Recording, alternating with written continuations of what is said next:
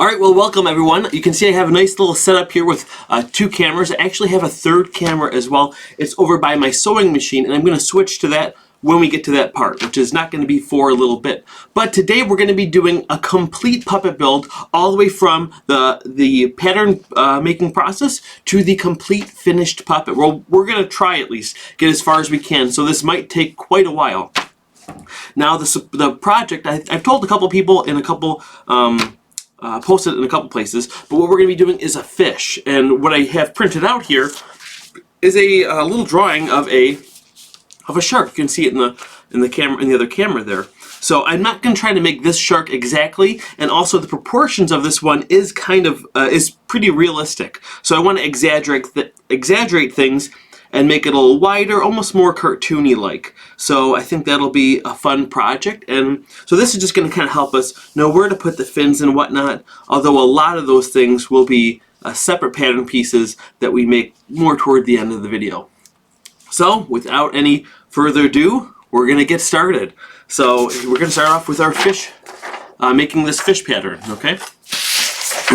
Now I have this piece of paper here. I'm just going to start to draw it out. Now, I think I decided, I was thinking about this earlier, at least the proportions. I figured about 15 inches or less might be a good length from the tip of the nose all the way to the tip of the tail. So let me figure that out. Now this ruler is actually broken on the wrong side, so let me figure this out again. I'll use this to do my straight edge though. Okay. Actually, let me switch it to this mode so you guys can see a little better. Just starting off with a straight line, okay? Now I'm going to measure it out. Now this pattern, I'm going to measure out 15 inches. So I'm going to start here, go to the 5,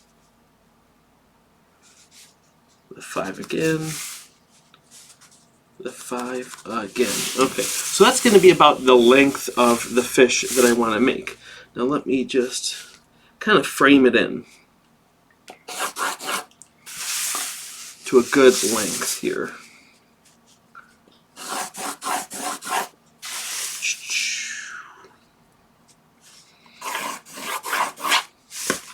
So that's going to be, that seems, actually, you know, maybe that's a little, actually, I'm going to have that be just the back. I'm going to have the tail actually extend. That's where the tail is going to start for me, I think. I'm going to move it over a little bit. Because actually, now that I'm looking at that in person, that would seem a little small if that's the whole tail. That might be for a baby shark or something smaller. So let me see here. How about, well, I'm just going to kind of start just drawing it. So if you imagine that your hand is going to be here, and it's nice to sometimes have the mouth open for a puppet when you're designing it. Depends on what you're trying to do. Think about the natural state of the puppet and how it's going to bend. You get more like cheek dimples if you have the pattern, the foam pattern, open. That way when it closes, it kind of pinches it out and makes it look like a smile. Whereas if you have it closed, then it just looks a little bit more neutral. So you really have to decide on kind of the look that you want. So I'm going to probably have it be right about there.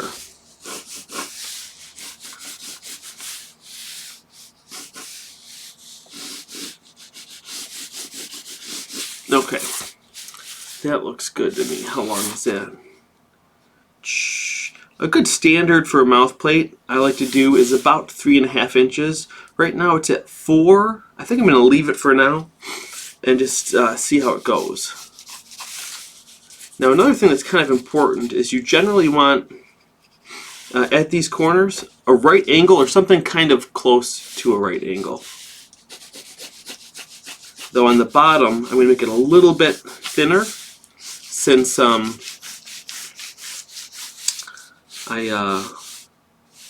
want the bottom of the lip to be a little bit smaller than the top. So that way it'll come up more like a, now how wide is that? Let me see here. So that's 6, 7, 8, 9. That's 9 inches. That's pretty wide. I think, because I'm going to, after this is completely done, I'm going to scan this and then put it for free on my website, the pattern, so that you guys can make your own later if you want, or if you're following along right now, that'd be really cool as well. But I want to make sure it fits on a standard piece of paper like this. So actually, let me just use this as a measurement. I'll kind of start putting it right here. I'll put a mark there, put a mark there, but I want to come in a little bit. So I'll come in, probably I don't want to come in too much. I'll come in like a ½ inch. So that's how small I want it. It's a little bit less, that's okay. Okay, so I'm going to draw those lines across too. Anyone else have a snow day today? Oh, jeez. Okay. No. Oh, I like. That's telling me something. Okay. Yeah, that was too high. Or actually, maybe my mouth is open too wide. That might be it too. My mouth might be a little bit too wide. Maybe I'll bring this in just a little bit there. Come up here.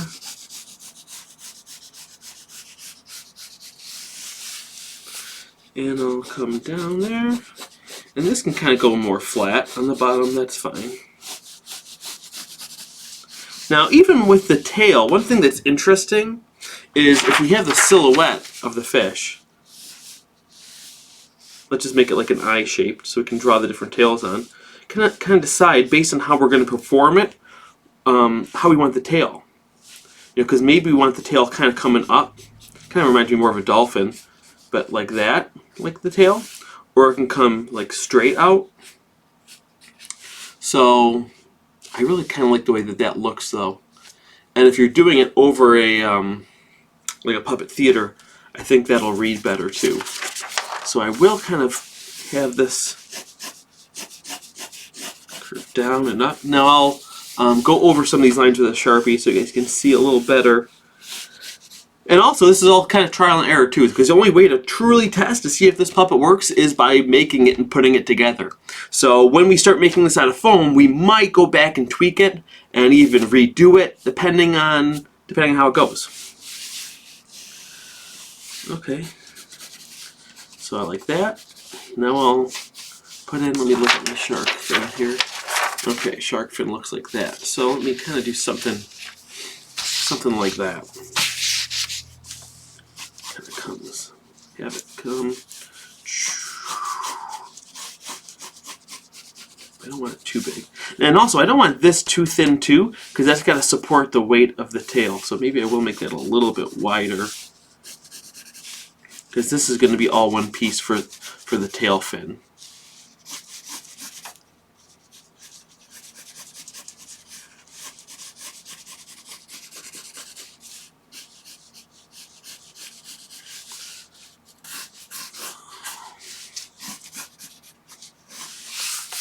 Alright, I think that looks pretty decent to me. Let me go over the lines that I think I want to keep so you guys can see a little bit better. Is that showing up? Oh yeah, it's showing up great.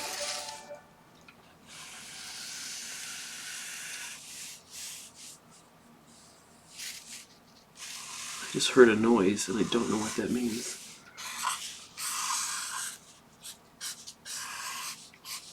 If you guys are asking any questions about stuff, I was practicing some live streaming over on my Twitch channel before. I found it was really hard to read as I'm working.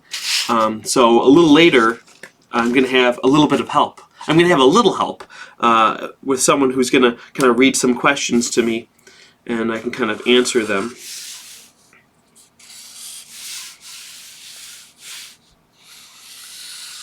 So I'm going to have a little help, pun intended.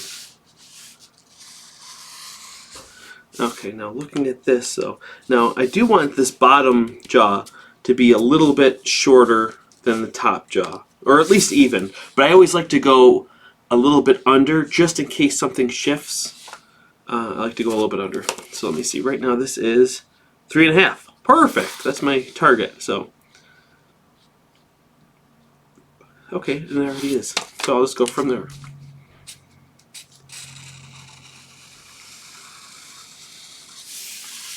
That looks pretty good. It's a little flat there, but I'll round it out when I go to cut it. I think that that looks pretty good. Now, yeah, I'm just going to cut that out and then we'll get going. Right.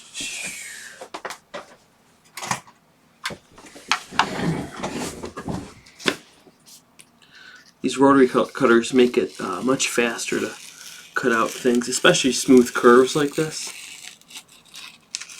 And these work on fabric as well as paper. I have a separate one for my fabric though. Oh, you might be thinking about too is where the entrance hole is going to be for this puppet. And I will kind of draw one out, but I'm not going to make it permanent until after I make it out of foam, because where it is physically might change where I want to put it. So I do like to still guess. Okay. So let me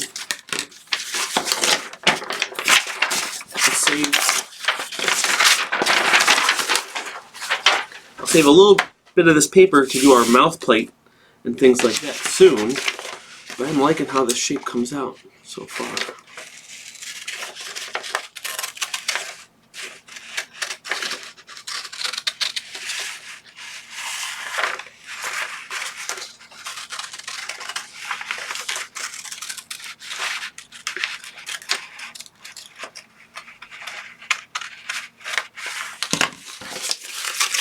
Okay, there's that. And we have a fish. Look at that. I think that looks pretty good. And actually, okay, so yeah, let me just see. So if my hand's here, now you got to think about how you're going to be performing it. Let me switch over to this one. So if you are performing the puppet like over your head like this, your arm's going to be, you know, vertical up and down. In which case, you probably want it a little bit closer. Let me hold this up. Actually, I'll flip back over again.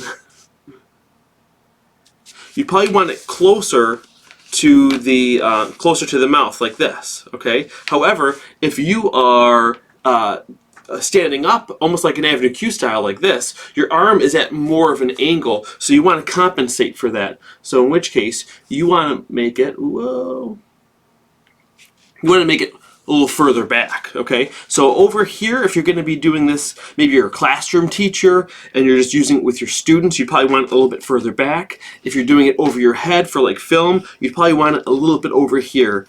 So we'll adjust that once we start making it out of foam. And one thing that's nice too is once you find out where those positions are on your pattern, you can just put little notches here and here, and then here and here, and then it won't affect the pattern. You can just start building and then make that choice later on when you go to cut the foam. So that being said, before we get into the mouth plate, let's start working with the foam.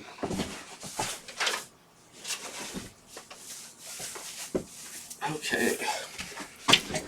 This is the reticulated foam that I use. It's linked in the description as well. So, I'll get rid of this too.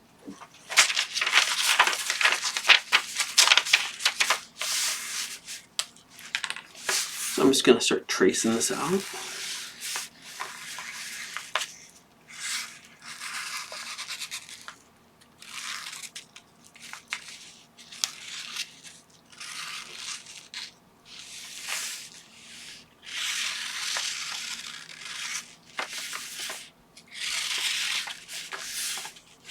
So, you know, if you see me looking over here, I'm trying to look at some comments and stuff. It's going kind of fast too.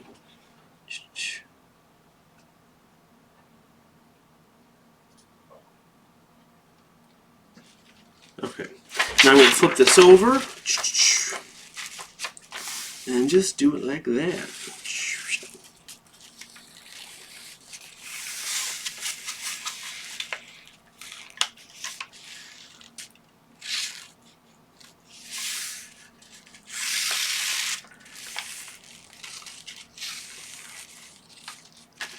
Okay. Now, a lot of times I use a razor blade to cut these out, But for the sake of this video, and I know a lot of young people will be watching this, and teachers and things like that, I'm just going to use basic materials that you could, or tools that everyone has. So I'm just going to use scissors, especially since this is such a thin foam. This is 1/2 inch. It's only 1/2 inch. So using scissors is not too bad, but you do want to try to make sure that you're not cutting at an angle at all. Try to cut perpendicular to the foam. Okay, so that is relatively important, which is much easier to do if you're using a razor blade. But again, for the simplicity of this video, I am just going to use scissors today.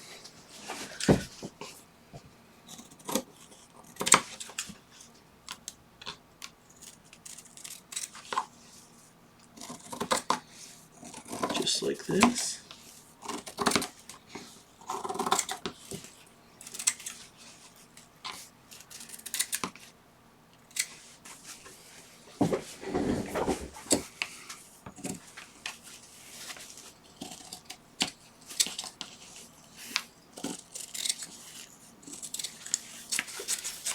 Okay, just chop that off.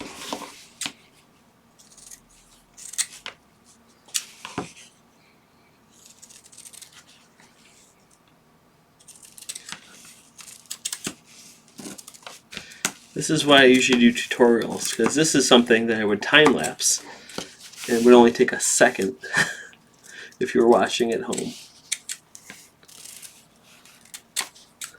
Okay, so there's one part there. And again, this pattern will be available on my website for free.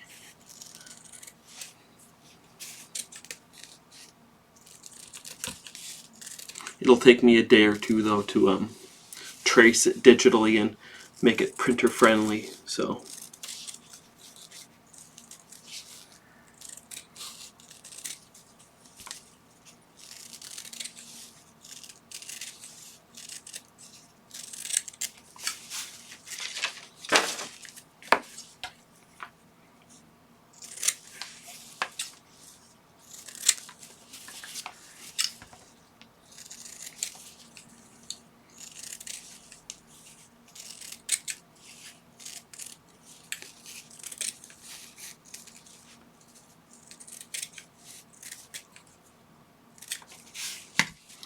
okay, so now we have our two fishes. Okay, now when I go to make the pattern, I will also put some registration marks on there. I forgot to do it right now, and I could go back and do it, but I'm gonna go for it. Just go for it anyway. Now, as far as the gluing is concerned, you can use hot glue. That's what I recommend for a lot of people. Today I am going to use a contact cement. I like to use Masters. I know a lot of people like to use Barge, but Masters is something that I can get locally. So that's what I'm going to do. I'm just going to put down some paper on this table so I don't gum up this more than I have to, or more than it already is. Then I'll get my glue.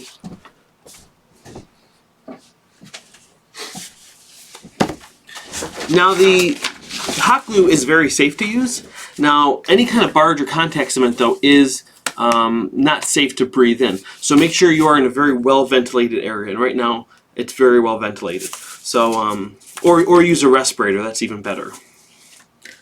But now that I'm all set to go, I'm going to start doing this. And now people have all different ways that they like to apply the glue as well. And actually I should be wearing gloves as well. Let me get some gloves on.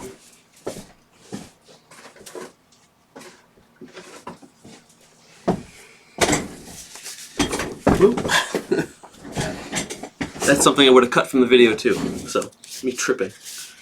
But so I know a lot of people like to pour a little pool on the side, and then use a little piece of foam and dab it in, and then just kind of stipple it on like that. This comes with a real nice applicator, and I like it. I've always used it. And at the end of the day, the best method is the one that works best for you. So. And the nice thing about contact cement versus hot glue is you can glue this whole thing up and then put it together all at once. Whereas if you hot glue, you kind of have to go section at a time, little by little. Which some people say hot gluing is faster. I think it takes a lot longer because you have to wait for it to dry and stuff. If you're using a good hot glue gun, it can actually take a while to dry.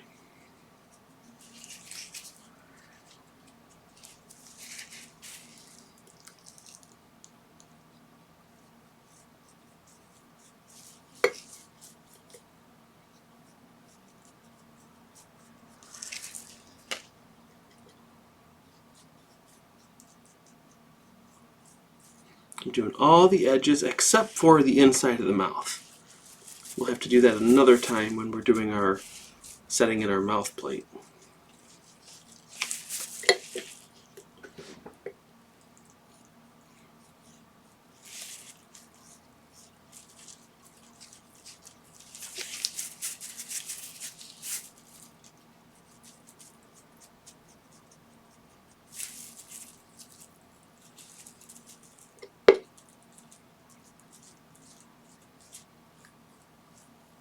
Okay, there's one. I'll let that get tacky. Okay. Now this one.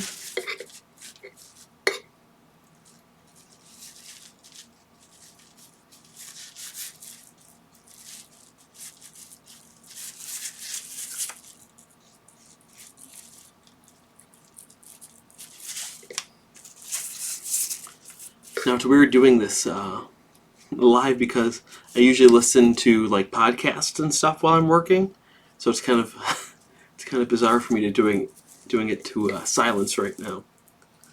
But now that I mention it, if you haven't checked out the podcast, please make sure you check it out because I think you guys will really enjoy it, and it's something great to listen to while you are building. We've had a lot of awesome people on, and we have some other really cool people coming on too, which I'm excited to announce later.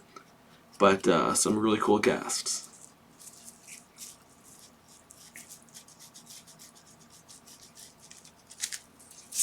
Okay.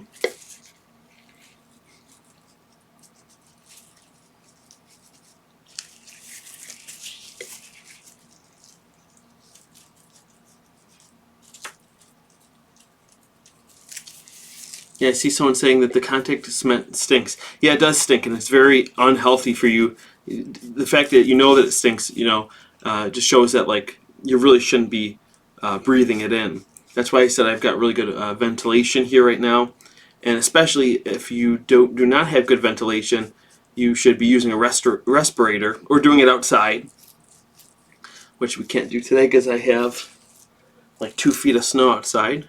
Which is what makes it possible for me to be doing this right now, is my snow day.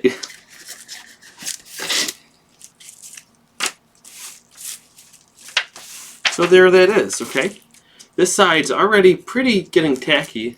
The first things that I did are pretty tacky. You can use a hairdryer to speed it up. My hairdryer is all put away now, but I do have a heat gun, I think pretty close, that I can use.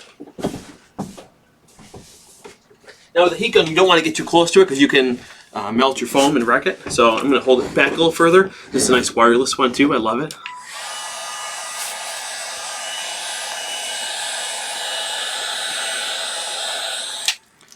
See, he's got a super chat too. Oh wow.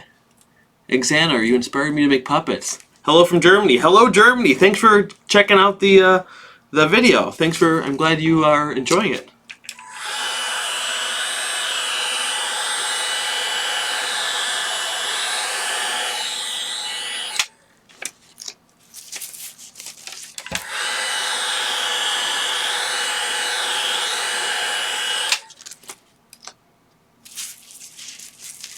See, someone says, why do I like reticulated foam? That's a great question. You could just use regular like Joanne foam, that green foam, or it also comes in white in some places depending where you go. The reason I like the reticulated foam is because it has such wide pores. Some people call it a dry fast foam. It's a kind of foam that's often used for filters and also used for like outdoor furniture because it doesn't hold water. And why that's nice for puppetry is because when you're doing puppets, it can get very sweaty.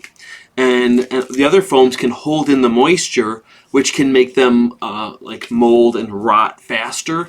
So it kind of helps with the longevity of the puppet. However, though, if you just take really good care of your puppets and air them out, never store them in like a trash bag or anything that doesn't breathe to it. as long as you do that, you should be okay. But again, it just kind of helps with longevity.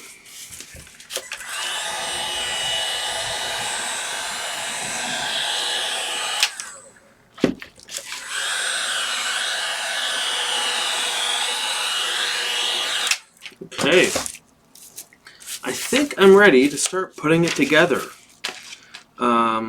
Here we go.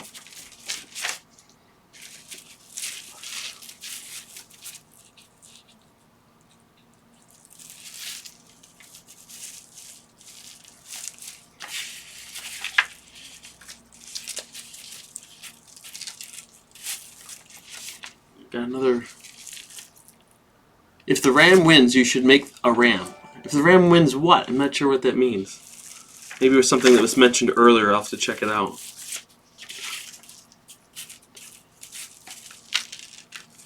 Well, I'm trying to read and do this right now. So now I'm just trying to make sure that I get it as symmetrical as possible. If I had those registration marks, it would be easier to make sure that I get it correct. Again, I will put registration marks on it before I release the pattern for free on my website, which could be as soon as tonight,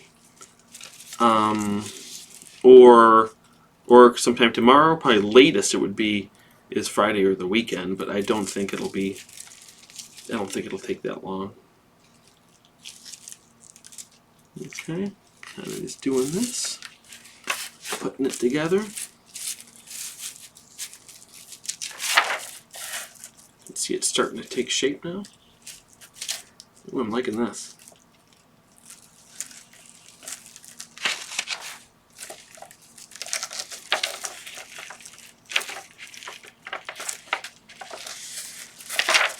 Okay, we kind of go in here and press it in a little more.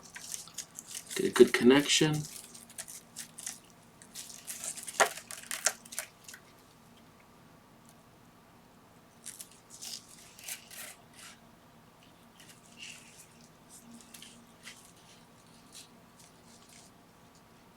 Someone just asked if I'm in Canada or Alaska.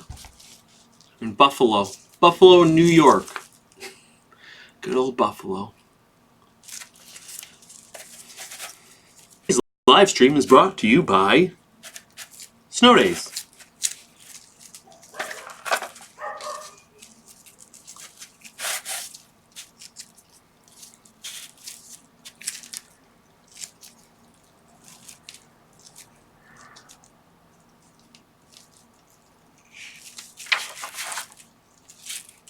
Does sunlight affect reticulated foam? Someone asked that. That's a good point too. Yeah, light affects almost everything, including fabric, foams, things like that. It can be very harsh. So if you're storing it, you want to store it outside of the light. Once it's covered, the light's not going to affect the foam, but again, it will affect the fleece or fur or whatever it is you are covering it in. So that's something to keep in mind too. More so for storage purposes, I think, though. Okay, so now that's all put together on this side. I want to smush it together a little bit more here. You don't want to over smush this stuff either. And also these seams can be a little sensitive until they're completely cured, which will take like a day or two. But other than that, it can still deform, so you want to be careful.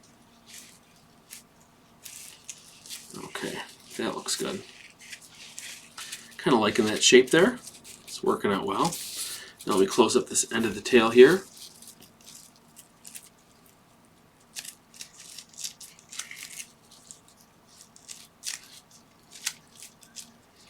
This end is going to be a little flatter here, so I don't mind pinching that.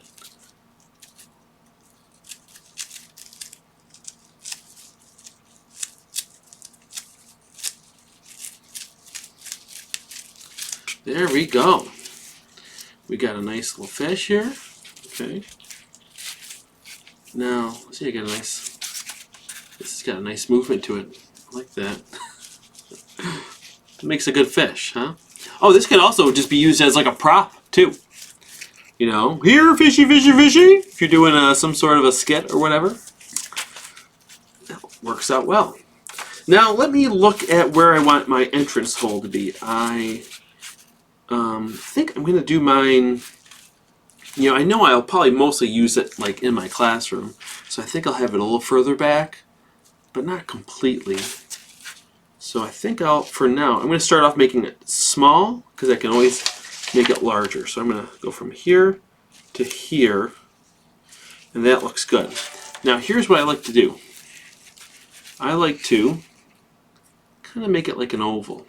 Or actually round is perfect, but I don't want to cut in too far into the foam. Now that's definitely too small for my hand. And again, I'm going to use scissors rather than the razor blade because it's a more common tool that I know people have.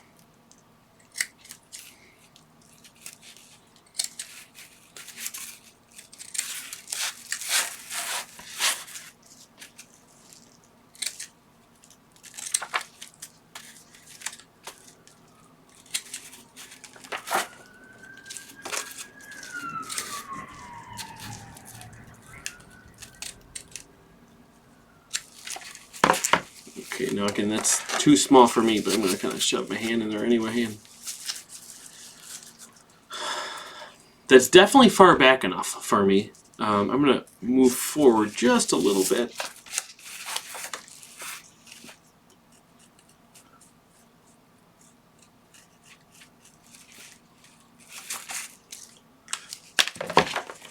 And again, I will transfer these to the pattern in a minute, so I can know what I did.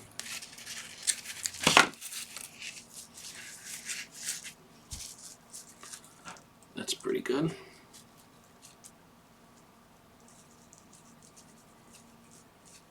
It's good movement to it. It's got a little bit of a twist to it. Again, if the registration marks were there, that wouldn't have happened as much.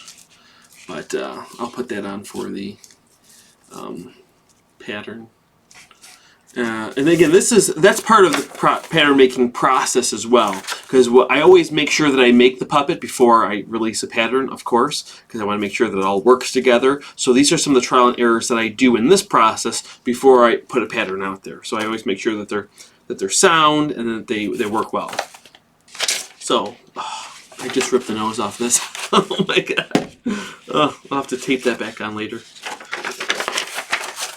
Okay, let me just kind of transfer this now to there. And there. That's my current entrance hole. So I have that. And the nose, which I'll have to tape back on later. Luckily, that part is mostly done. So move that to the side because we're done gluing for a little bit. Oh no, I still need that, don't I? For the mouth plate is what we want to do next. Now, here's what I'm going to do for the mouth plate. I'm just going to stick a piece of paper in there. So, here's what I like to do. I take a piece of paper. About how big do I want it? I'm going to make it a little bit smaller because this is definitely too big for a mouth plate. That's pretty good. I'm going to fold it in half like this. And this will be the center back of my mouth plate. So now if I put this in the mouth of the fish, put it where I want. Oh, actually, maybe it wasn't too thick. I think I'll use that thickness. So it's going to be a little thicker than I expected. So I put my fish upside down here. And I put the folded end as far back in as I can. And I kind of close the fish's mouth on it. I got that center line there. It's lined up with this. And I'll trace around on this side. I'll flip it over. And I'll trace around on this side. And there I have pretty... Actually, that's a little smaller than I expected.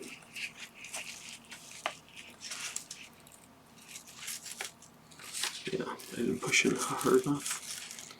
So I'm going to come up just a little half-inch further on the front because I didn't push it all the way.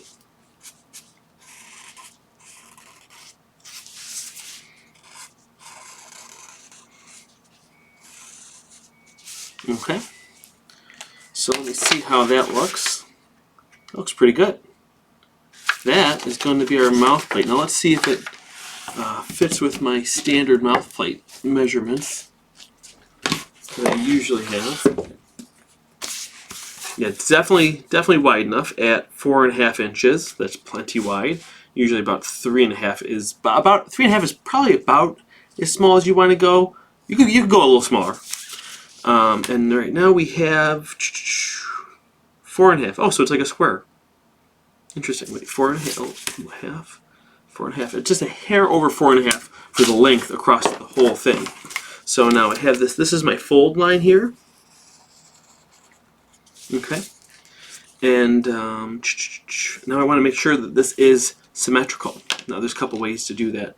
First thing I'm going to do is also connect those center lines to make sure I have that down.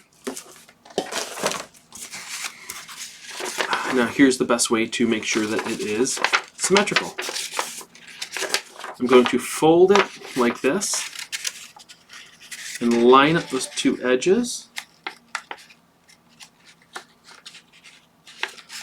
Well, thanks, Scott. I see your message there. Appreciate you guys checking it out. Hope you're enjoying it, learning something from this madness. But okay, so what I did here is I made sure that this line is even with that line, the center lines. Okay, that helps me find the exact center. Okay, and actually a nice tip to make sure you draw the center, because actually see that line I connected, that's actually not perfectly center. This marker is running out of ink, so I'm going to get a new one here. A good way to make sure you get the center is actually if you fold it even, and I know it's evenly folded because these two edges are flush, if I ride the marker along the edge of this while it's folded, I get a perfect line on the fold, which is a handy thing. See that? Now while it's folded in half, I want to carefully cut it out.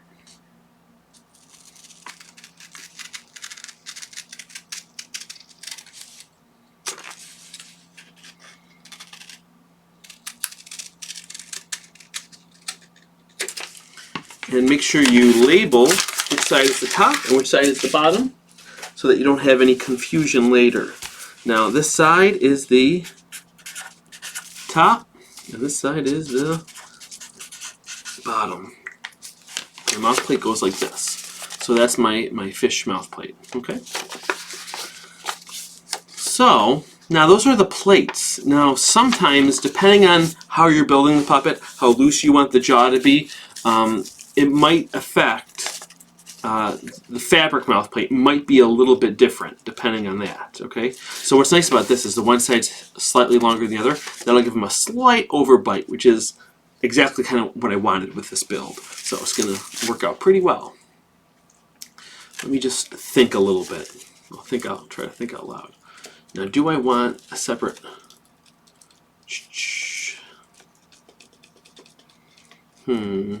I think I am going to do a separate piece.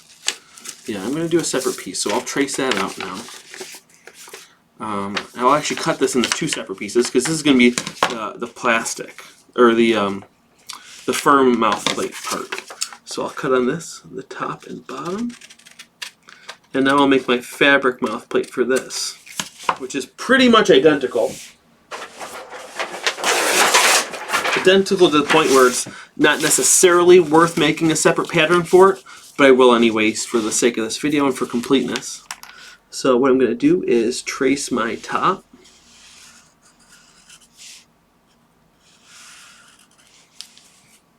Oh, shoot. Shifted it. There you go. Trace the top there. Mark the middle. Mark the middle. Okay.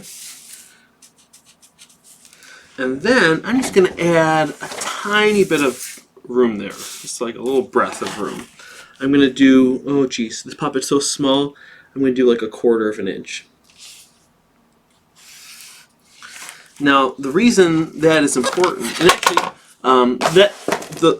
if there's no room there at all, that your puppet will have a pretty snug fit, and if you accidentally sew something a little bit too much, then it could possibly not quite fit the mouth plate. So I like to give it a little bit of room there. Also, if this is a little bit longer, it can potentially give you more of a loose jaw. Then again, you do not want it to be too long either. That can mess it up as well. But it works out. So now I'm going to trace the, oh, that's the top again. Whoops. Wrong piece. Good thing I labeled it, right? Now the bottom.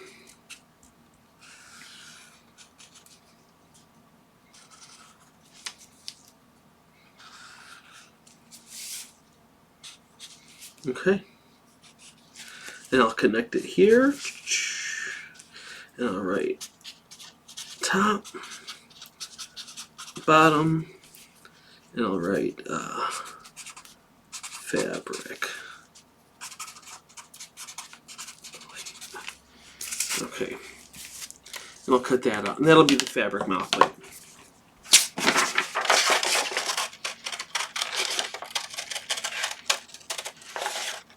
You might be wondering if I add seam allowance.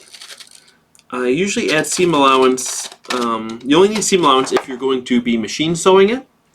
And also, I usually don't add the seam allowance into my patterns. I usually trace the patterns and then just draw the seam allowance on if I need it.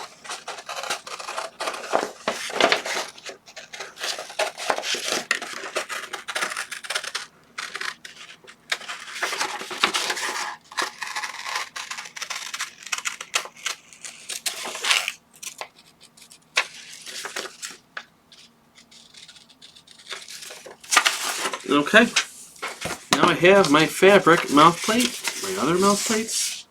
Let me cut out the mouth plates. Now, if you've been watching my videos before, you know that I have a whole video on how to make mouth plates and different styles of them. And if you want to see that video, you can click right here later when I attach the video there. But I like to use, for these kind of puppets, a plastic bin. And somebody once made a really funny comment saying that I must have tons of bins in my house without lids on them. But actually, I don't just use the lids. I actually use the sides of the bin as well. I use the entire bin. The bottom, the sides, the top, everything. So it's pretty much left to just a skeleton by the time it's ready to leave my house. But I do like to use these because they're so cheap. You can get a whole bin for like $5. And that's enough mouth plates to make, like, depending on the size of your puppet, anywhere from like probably 15 to 30 puppets, you know, again, depending on the size. So I'm going to trace out these pattern pieces now. On here, just like this. This is the top. I do not ever recommend using cardboard because cardboard will absorb the sweat, it'll get mushy and yucky, and you will have a puppet that won't last long. Even if you're just doing this for a craft project, I still recommend not using cardboard, just because, you know, crafts take a long time too.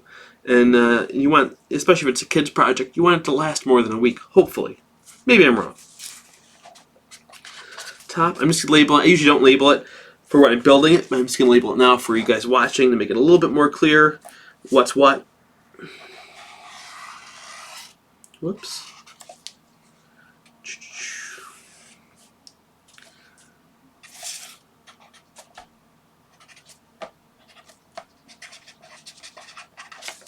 Bottom. Okay. Now this is thin enough that I think scissors will work on it, but another little tool I like to use are these tin snips. So I'll grab those.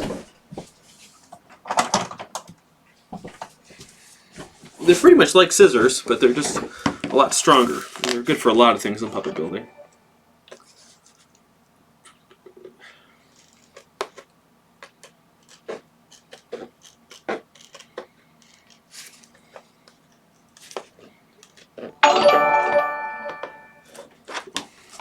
I gotta turn down the sound on the playback. I don't know what.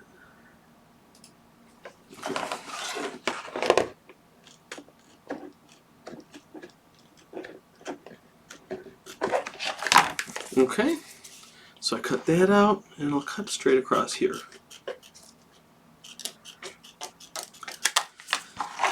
Now I'll cut out this piece. I'm just gonna do a rough cut first so I can get this big hunk and piece out of the frame.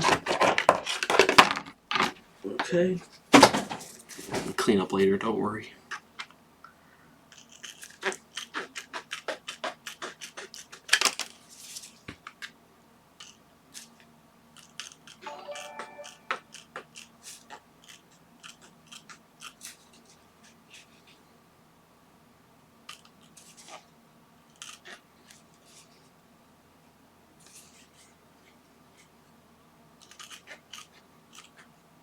Okay, so that's all cut out.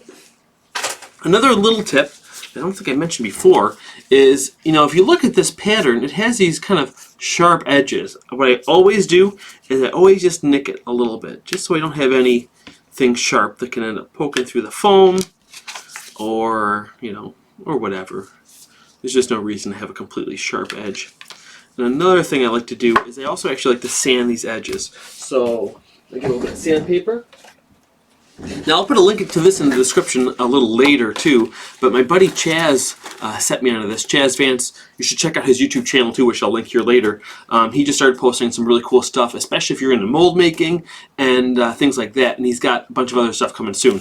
But anyway, what's cool about this is I used to have sandpaper that would get everywhere. I'd have like piles of it, different grits, and usually for puppet making you only use like tiny little pieces anyway. So this is so great because it has, you know, the different grits here, and all you do is you, almost like a tape dispenser, you pull back a little bit and then you just peel off a little piece, and I have like a perfect little piece.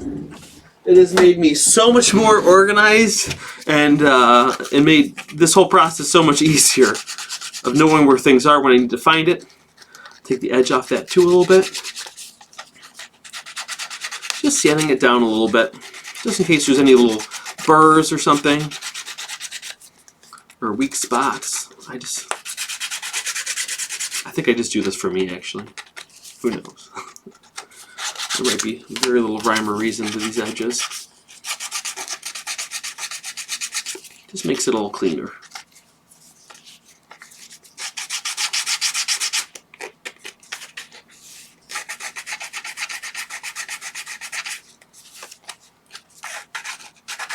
Okay. So I'm just going to also transfer these marks to the other side, just to make it, in case I actually put it upside down, which won't make a difference as far as the puppet, but it'll make a difference as far as me lining it up. So I have that. Now I'm also going to sand, I do like to sand the front and back as well, especially near the edges where it's going to be glued, but also I like to do just this side, just so it has a little bit of texture and isn't like too slick. So just to kind of rough it up a little bit.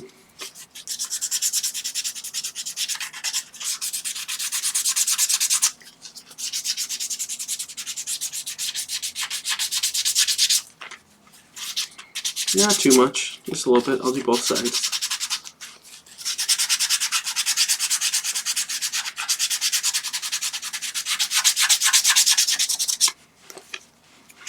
See, someone said, how did I make Arlo? If you're talking about my Arlo, there's two Arlos out there. Two Arlo puppets that I made.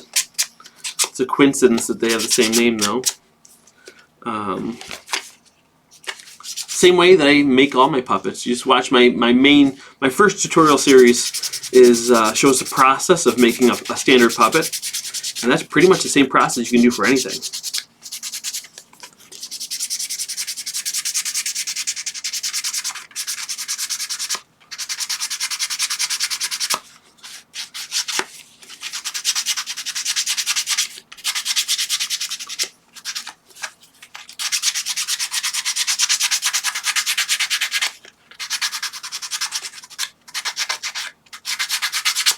There's that, okay.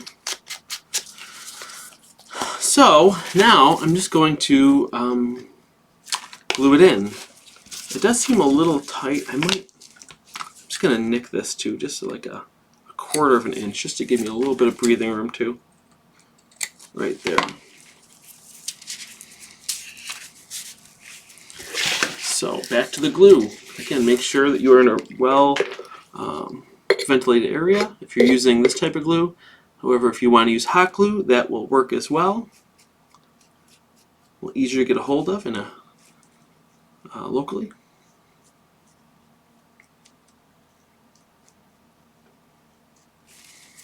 So there's the bottom, that's the top, and now the bottom. Whoa.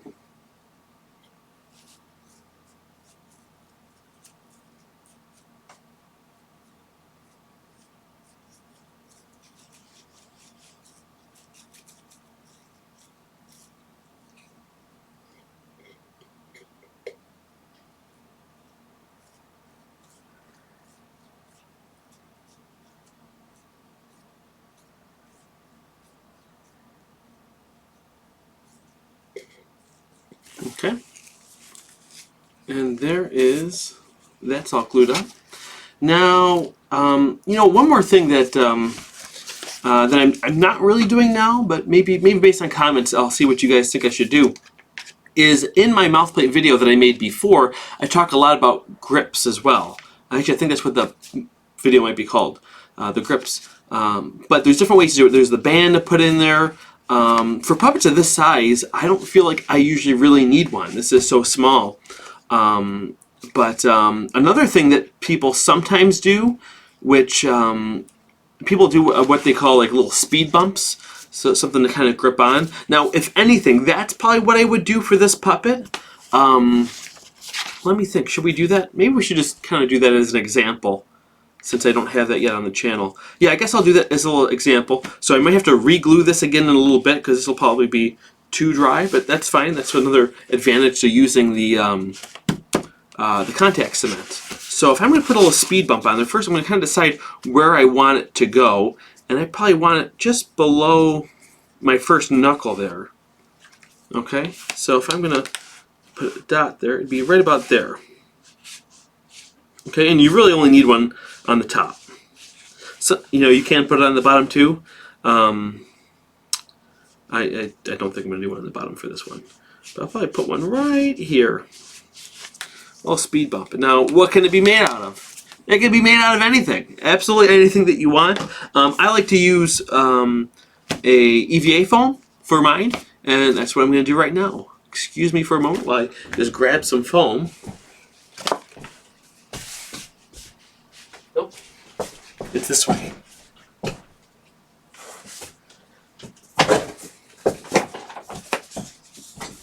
So, okay.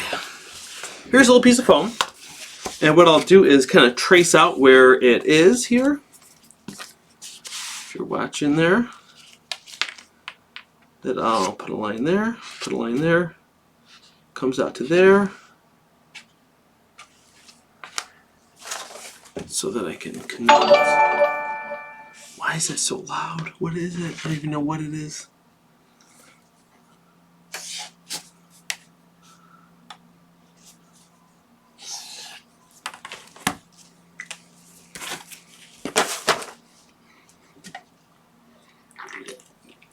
Wet my whistle a little bit.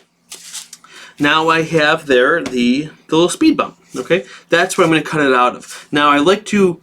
Now if you notice that these edges here are the edge of the mouth plate, and I like to bevel them down, but they should bevel down to the edge. So first thing I'm going to do is just cut them out straight, so that's a little bit more clear. Okay.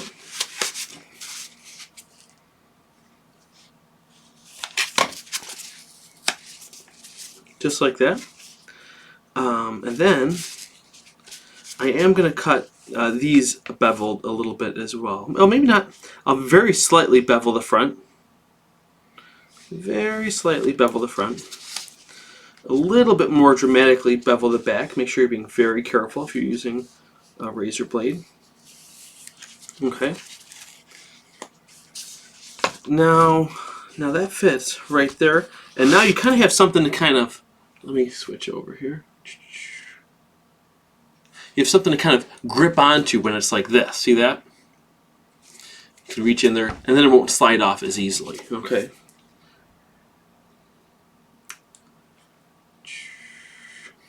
Go back over.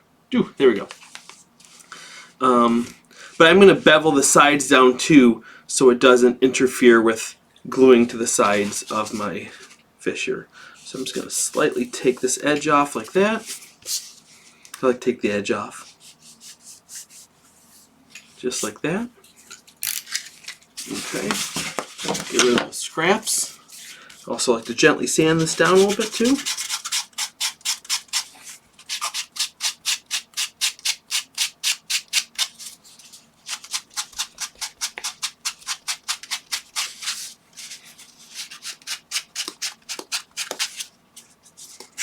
Okay, now I can glue this on right here.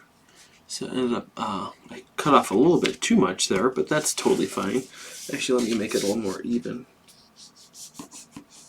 Because as long as you got that bump in the middle, you should be good.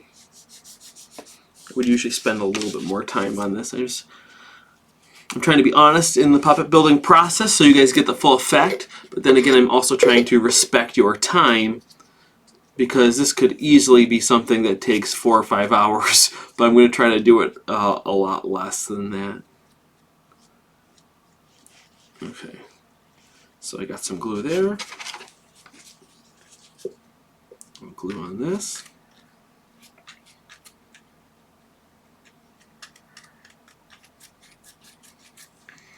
And while that's gently drying, I will get some fabric to kind of encapsulate that in, because the last thing I want is to accidentally peel off the foam, because the foam is soft and the foam by itself can kind of break down a little bit, so I like to cover it with some sort of fabric to give it a lot more strength. And actually, do I have some right here? Let's stick I might have some right here. No. Just give me 1 minute. Find some fabric.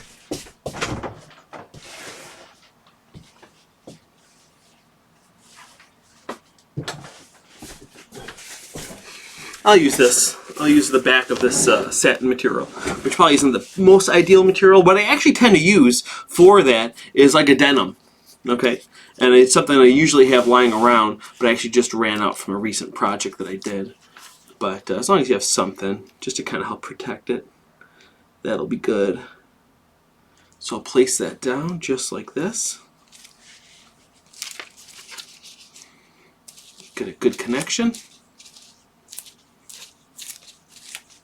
So again, this foam is so soft, you know, that could easily, now this kind of foam won't really break down and get yucky like that, but again, by scratching at it, it is soft. It can kind of, you know, if you're too rough on it, it will come off.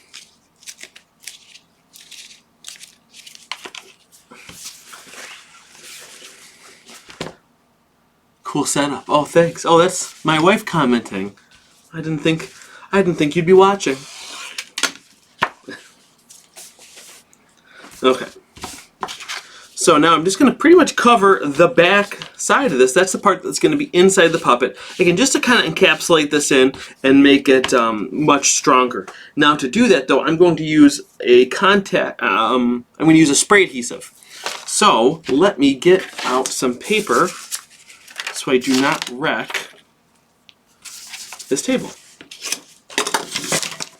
Clear this off a little bit.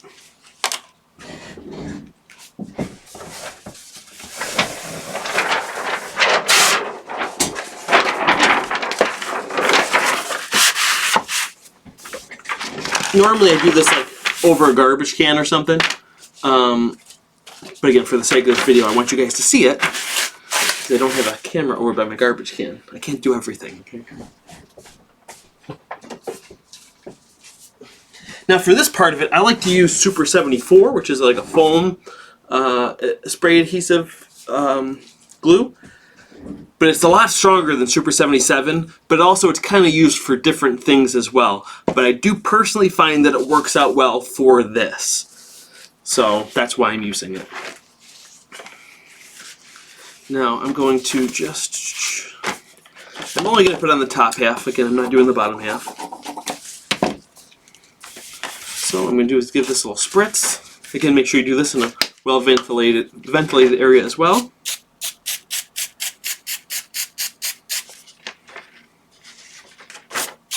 Get full good coverage there. Okay. And then also on this too, because that's why it's contact adhesive. You gotta do both sides. I think I did a little too much there, but that's alright. I'll let this dry a little bit.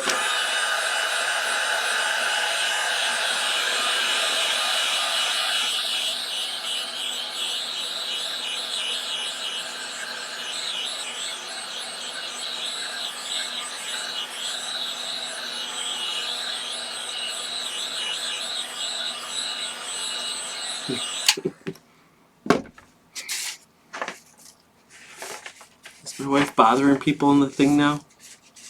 If you want to check out our family vlog of the two of us, you can check that out by clicking on her title there. The Whole Crew is what our channel is called.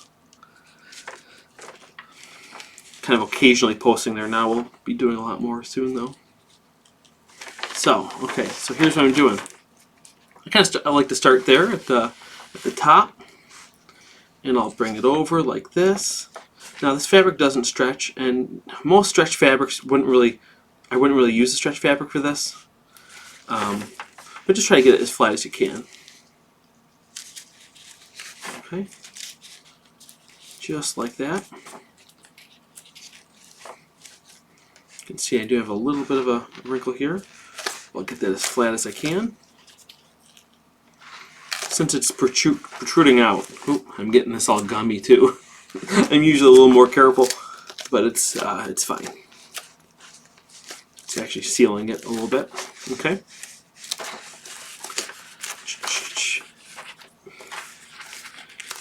Now, what I'm going to do is just kind of trim around this. But in this case, I don't want to trim all the way to the edge because then it could start peeling back. I want to kind of fold it over, but I can't fold all of this over. And I could have actually traced it and pre-did that. That probably would have been a little bit better. But I like to do it after just to make sure that I get enough fabric all the way around it.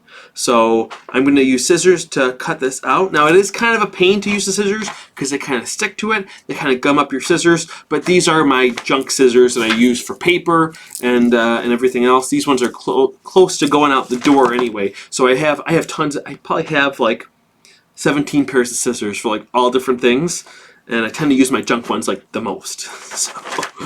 So here I'm just going to kind of cut this out carefully. All the way around the edges. I'm leaving probably about, not quite a ½ inch, but probably a little bit more than a ¼ inch. Or maybe it is a ¼ inch. All the way around. And just to be clear too, when I'm talking about this speed bump that we're putting on here, I really don't do that for very many puppets at all. Once in a great while, if a puppet really needs it, I'll do it. But again, since I haven't done it in a video yet, I figured we'll do it here.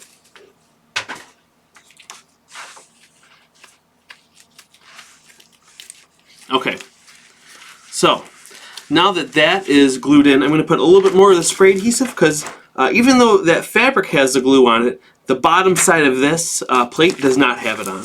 So I'm just going to hit it one more time there.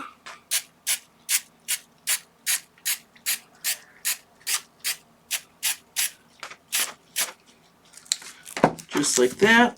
It is a contact adhesive, so again you want it to dry a little bit before you connect it.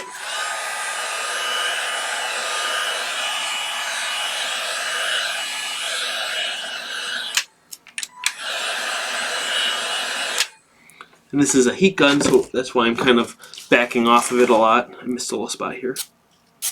There we go.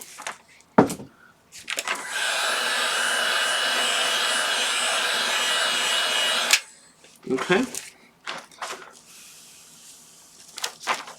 Now I'll kind of bend this in. I'll bend in there. I like to do those corners first. And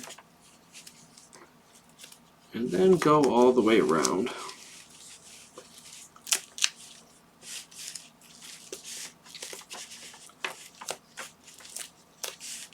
Now I have a mouth plate with a nice little speed bump on it. Accidentally got rid of my registration mark, but I can remark it with a Sharpie quick. I'll use a silver Sharpie.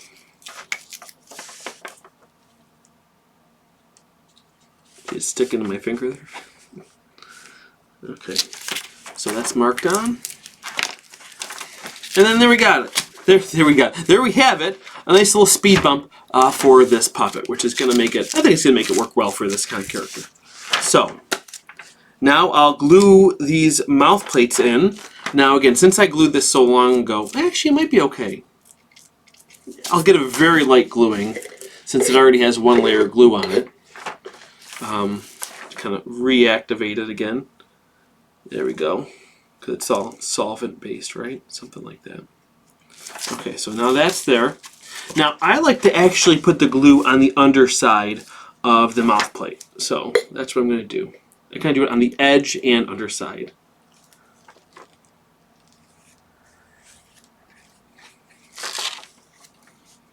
Nope, that's the wrong side. Sometimes I accidentally put it on both sides. That's okay though. I'll kind of wipe it off in a minute. And I'll put it on the side edge and the underside of this one too. Side edge and underside. Make sure you get on the plastic and on the fabric there, because you want it the foam to hit right on both, so you get a good connection. Okay, so I'll let that dry for a second while I try to scrape off a little bit of this. It's not the best way to do it, but kind of sand it. There we go. Actually kind of working. Gumming it up a bit. Good.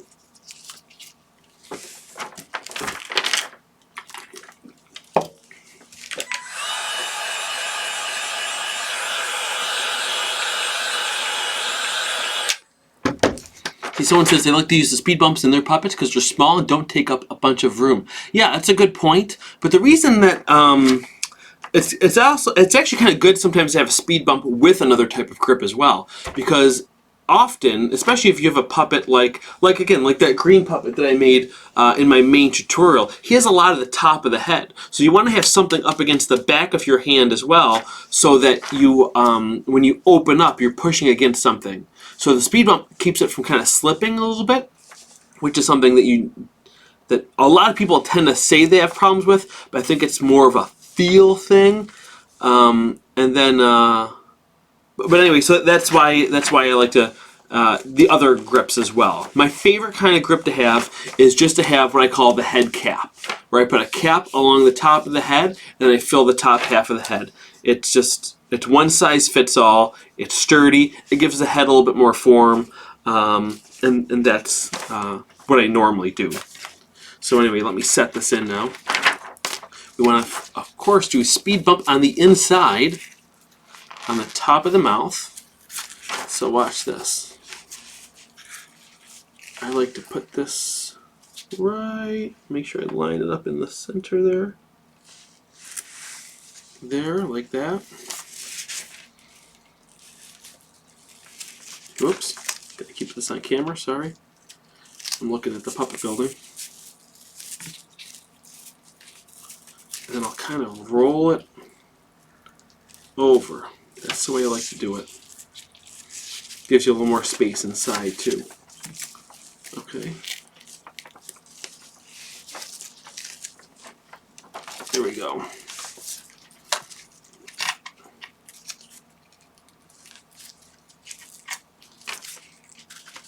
Then I'll do the same with this guy.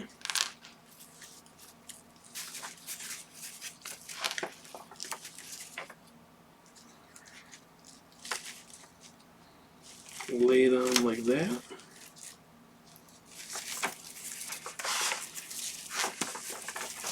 Then I'll roll it. It's kind of like wrestling. A little bit. You gotta wrestle it on. I like to roll it in, give it a little bit of a lip there.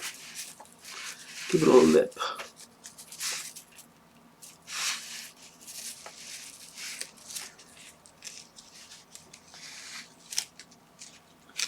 Okay.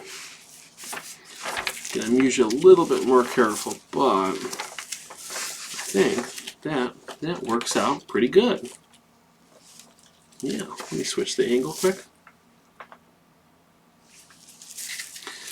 So, Now you can see we have a little bit of a fish here. Blub blub.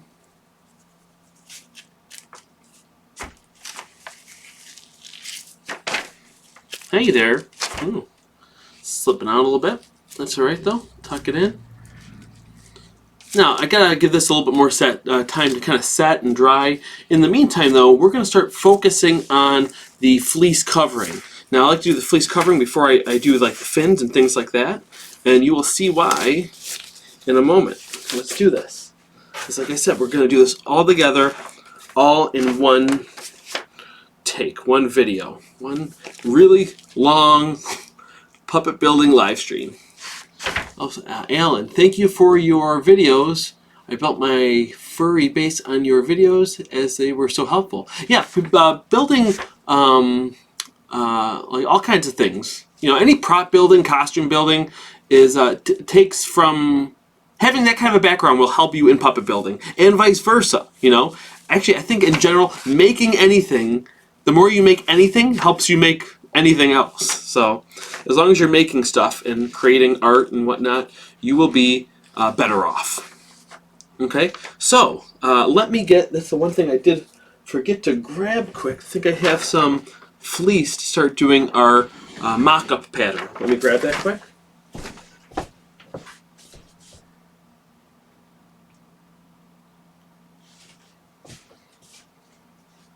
Okay.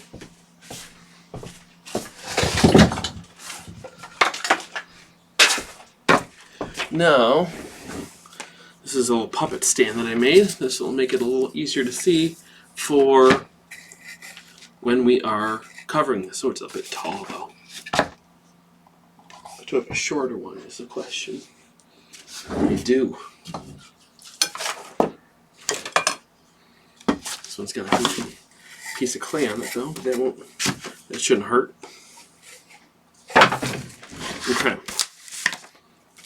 So, now it's going to be dancing around a little more than I like it to, but it'll work. And I couldn't find any fleece very quickly, so I have this unusual fabric here. It's kind of like a terry cloth. It's gray. It's a nice little fabric. It has a little bit of stretch to it, but it acts a lot like the fleece. So that's the whole point. Whenever you know, that's a common question that I actually get, is even with my main puppet that I built for that other series, that green guy, they ask, why did I make a different fabric pattern for the head? Because the head foam pattern looks very similar to the head fabric pattern. Why did I bother? Now, a lot of times that is what you want to do because you're using different materials. They just work differently. A foam pattern and a fabric pattern, it's best practice to make a separate pattern because even though the differences are small, they're the differences between what makes like a more quality puppet versus a little bit more homemade looking beginner puppet, okay? So that's one thing you want to keep in mind. So the stretch is going this way, and I want it to go that way. You always want to have the stretch of the fabric going across, never down, okay?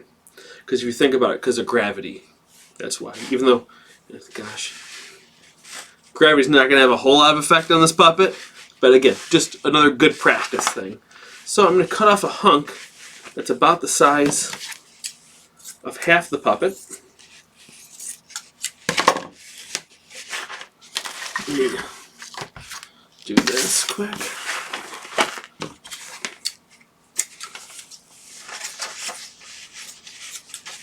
This was the thing that I forgot to prep ahead of time, getting this fabric.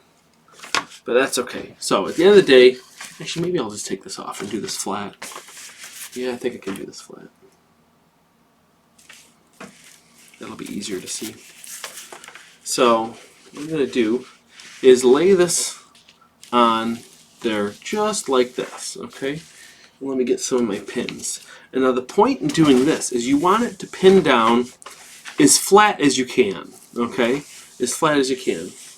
And luckily, this whole pattern is pretty flat anyway, so it's not something we have to worry about. Like when we do the head pattern and more complex patterns, which I'm going to have videos doing much more complex shapes coming soon. And a lot of people ask how to do like the muzzle of a dog or any kind of character with a muzzle, things like that.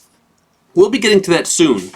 But in this case, it's going to be very simple. I think it's only going to be one piece, and it might not even have any darts in it, which is just going to make it much more user-friendly for the case of this pattern.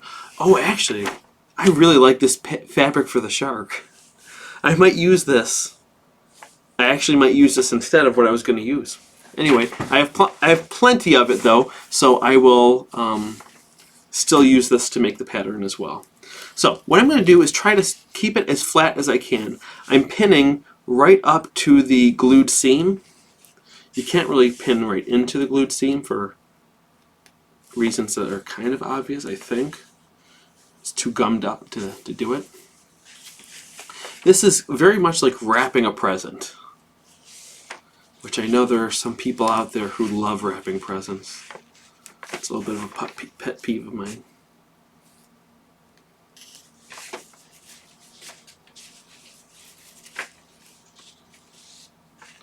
Oh, we have a good question there.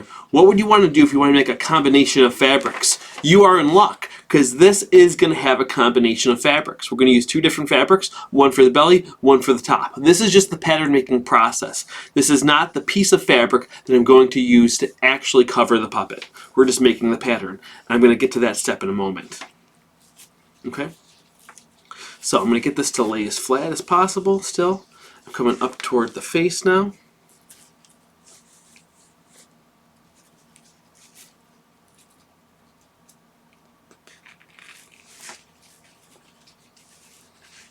Someone said wrapping presents can be hard, though. It's, well, depends on what you're wrapping. And I don't think it's so much hard as it is tedious. And it can be annoying. Okay. There's that. And I see, over here, we're getting to a point where you would have a dart. But what is nice about this is we don't have to have a dart there because that's coincidentally where the mouth is. So if I kind of tuck that into where the mouth is, it's going to create the shape that we need by tucking it all in there. Yeah, and we're getting a nice little dimple there, which is super nice.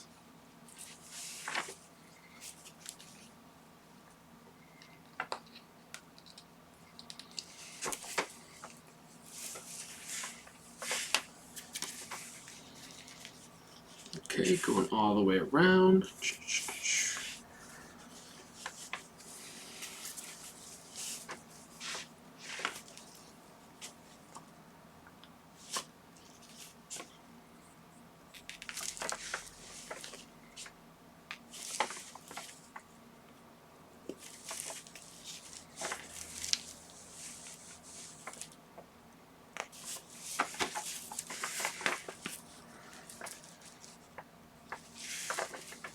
I can't believe this is like the perfect fabric. I didn't even realize it. If I didn't accidentally grab it, I wouldn't even have noticed. I had pink fabric, because that's like all that I had to make a pink shark. But this, I think, will turn out a little cooler. I'll probably still make a pink one.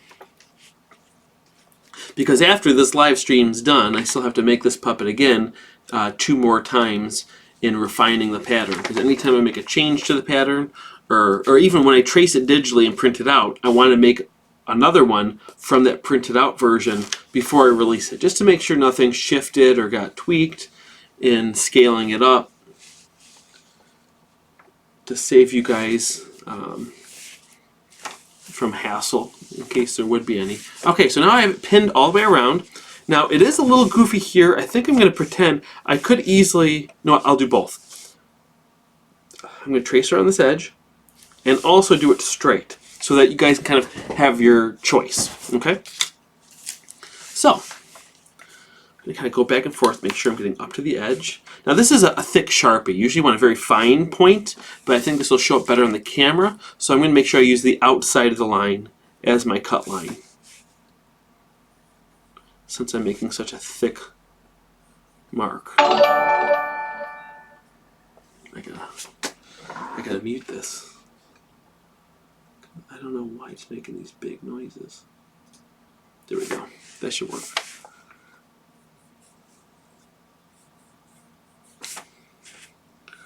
Puppet building is fun.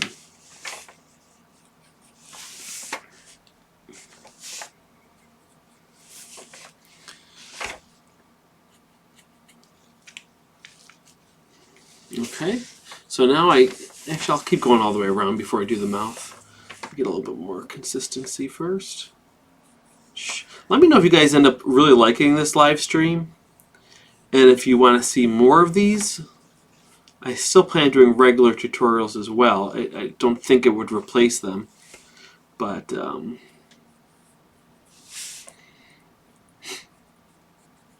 me know what you think about that.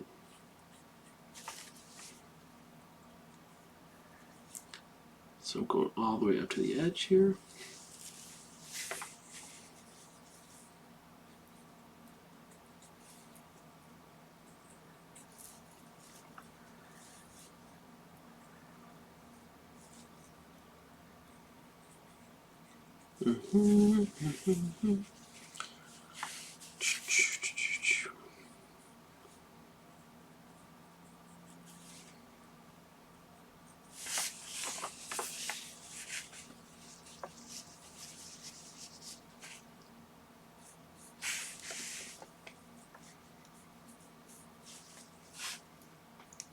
Okay. Coming under the tail here. Oh, I got a little too much excess fabric here. It's just kind of, I seem to be fighting it, so I'm going to get closer to this edge so I can see better.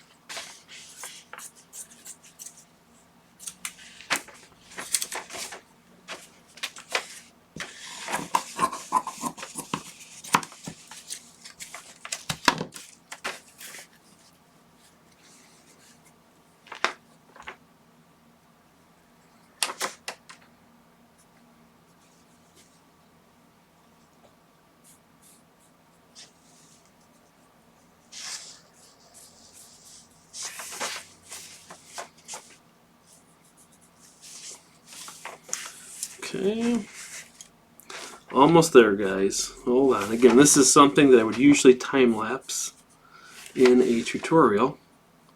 And I'll connect there where it goes over, but I'll also kind of go to the inside so I can roll it in like that. Come all the way up to the side of the tip of the mouth.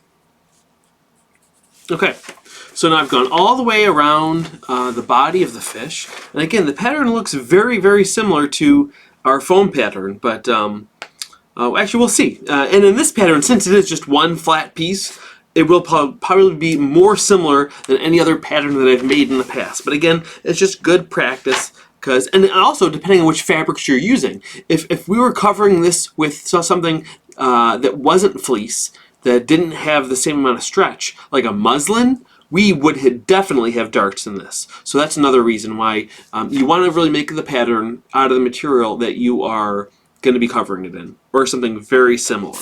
So now I'm going to go to inside of the mouth here, make sure that I tuck this in flat, and I'm going to go around the inside right here, just like that. Nothing fancy. I'm going to kind of mark where the back is there. I'm going to come up.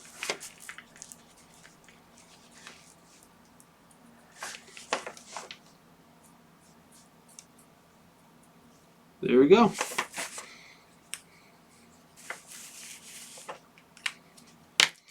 I'm going to take out these pins.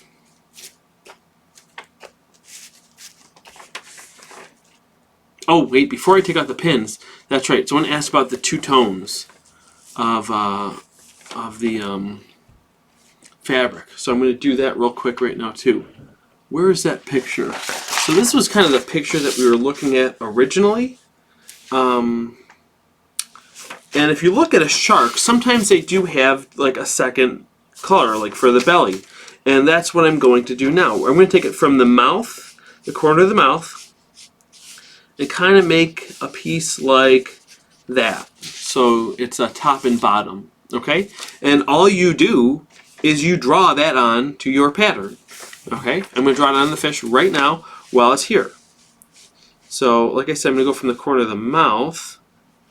So I'm going to go here. I'm going to come down a bit because that's where I want the fin to be. Since this is a little bit wider than our regular shark, I'm going to bring it down a little bit more. And bring it down to there, like that.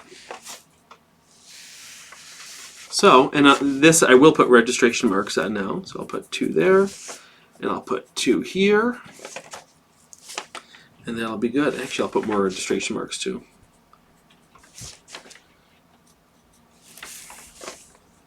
Now that we have that coming along, I probably will move some of these once we get our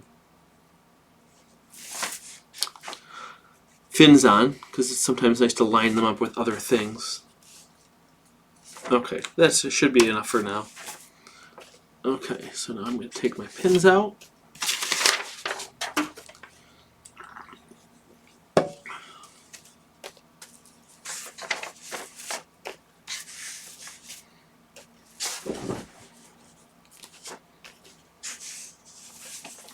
Oh, someone said, what about a combination that's a bit harder, like a zebra stripe? It's the exact same process, just like you said, a lot harder, a lot more tedious. You would draw the stripe on, cut it out, and then that's a pattern piece. And then you cut it out of the other fabric, put it in, and that's how you do it. Again, it is very tedious to do stuff like that. Patterns like stripes like that. But that's how it's done if you want it to look good, you know. So this is my glue paper, so I'm going to get a new paper to make the pattern out of. And I'm going to turn my iron on so I can get that nice and flat too. Do a little bit of housekeeping.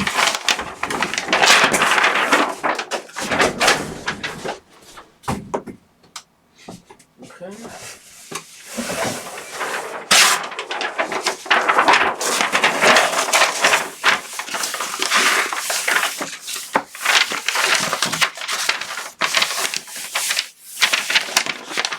Okay, so now we have our shark pattern there.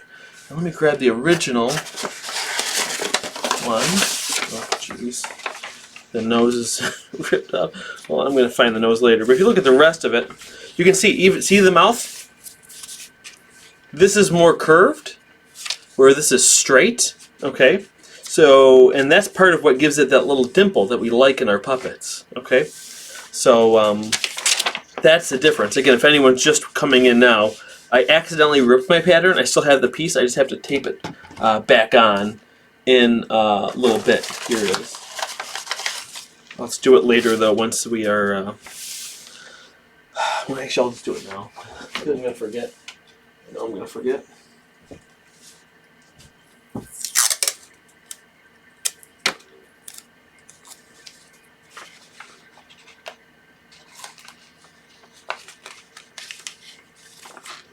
And I'll line this up.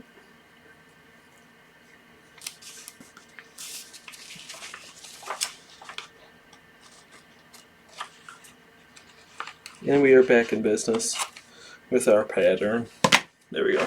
So, yeah, as you can see, it is a bit different. See, the fin is a bit wider because it has to wrap around the thickness of the foam. This is not open as much, like I showed you a minute ago. And again, those small details make a big difference in your puppet building. So, now what I need is what's called a tracing wheel. That's a pattern making tool that dressmakers and tailors use. And I had one, of course, set out for the video. Here it is. Looks like this. Looks like the thing that would be in the back of a cowboy boot. Look at that. Isn't that cool? Okay. I'll show you here too. Looks like this. And what's nice about it is it can go over the fabric and it leaves these little holes. Might be a little hard to pick up on the video, but I'll see if after I do it, I'll hold it up to the camera so you can see a little better if you can't see it. So like I said, I'm going to start here at the tail, come around it like this.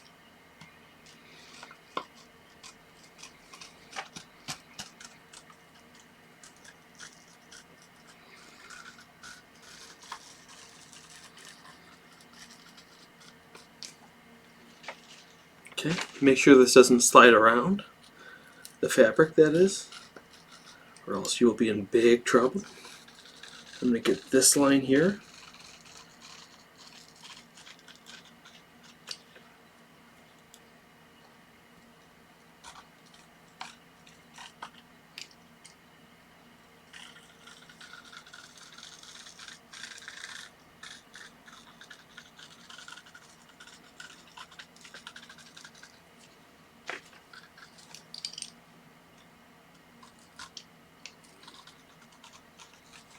Okay, get over this, and I'll do all my little notches that I did.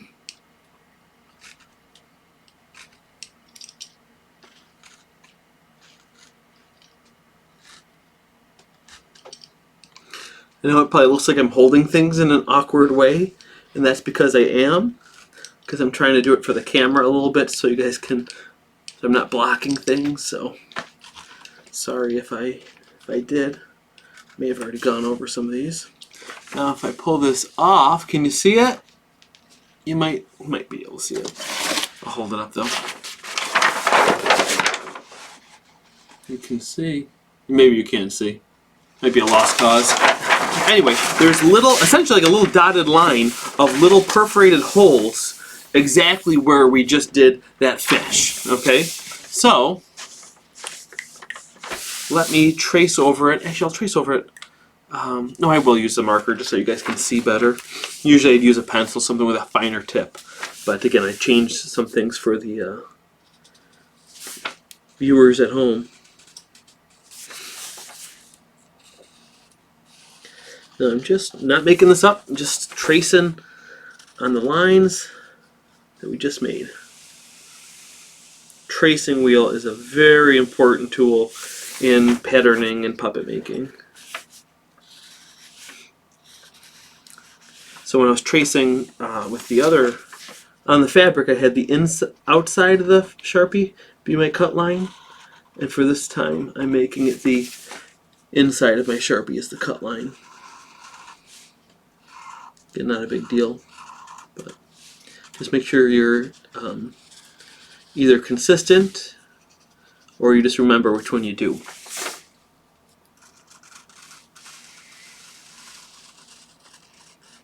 I'm very glad that whoever mentioned the two-tone did at that very moment, or else I would have forgotten to do it for this puppet.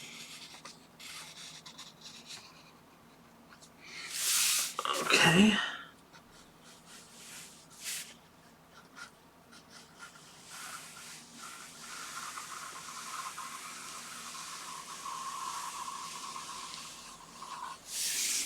Put a couple of those registration marks that I made before. Again, I might move these around though. I'll make this a dotted line just so I don't. What's underneath it?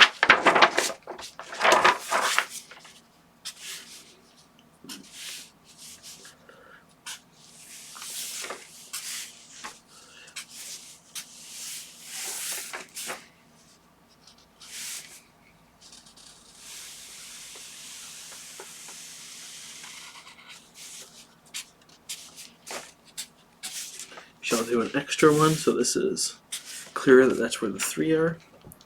Alright, now we have our fabric pattern for our shark. Well, this is going a little faster than I expected. Let me start cutting it out.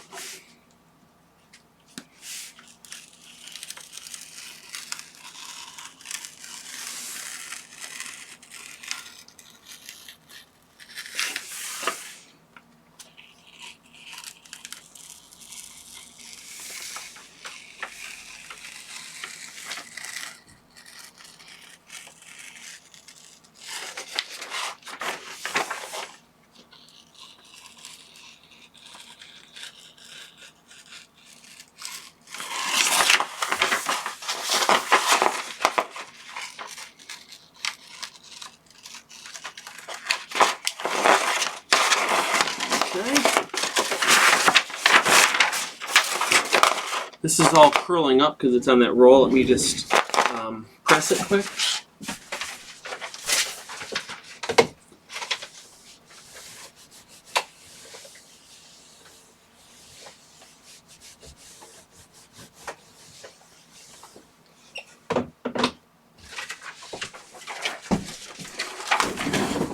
It's all better.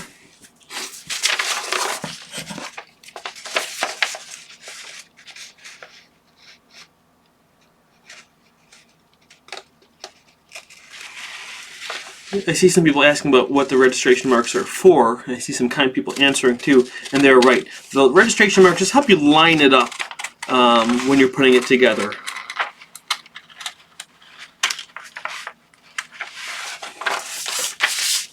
I'm trying to think of a better example too. Sometimes, especially on a sewing machine, if you're sewing two pieces of fabric together that are the same length, one side might slightly gather more, and then when you get to the end, even though you started at the beginning and they're both even, sometimes at the end they're not even. And if you have registration marks along the way, you can tell if you're getting off or not. So that's an important thing to do for the foam and for the fabric. But again, since I'm prototyping now, sometimes I cut corners just to get the basic shape. Okay, that looks good there. This looks a little goofy. That's a little bit of a nub. I'm going to smooth that out. I'm sure that's error on my part. Okay, that looks really good. So now we have our fabric pattern. Let's test it out. Now I'm going to cut this because this is a separate piece. Okay, that'll be a separate color.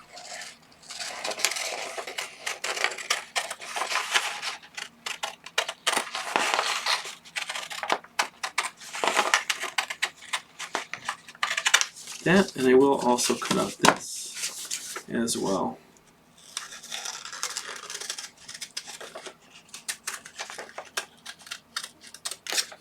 I'm going to save that. What? Somebody's calling me.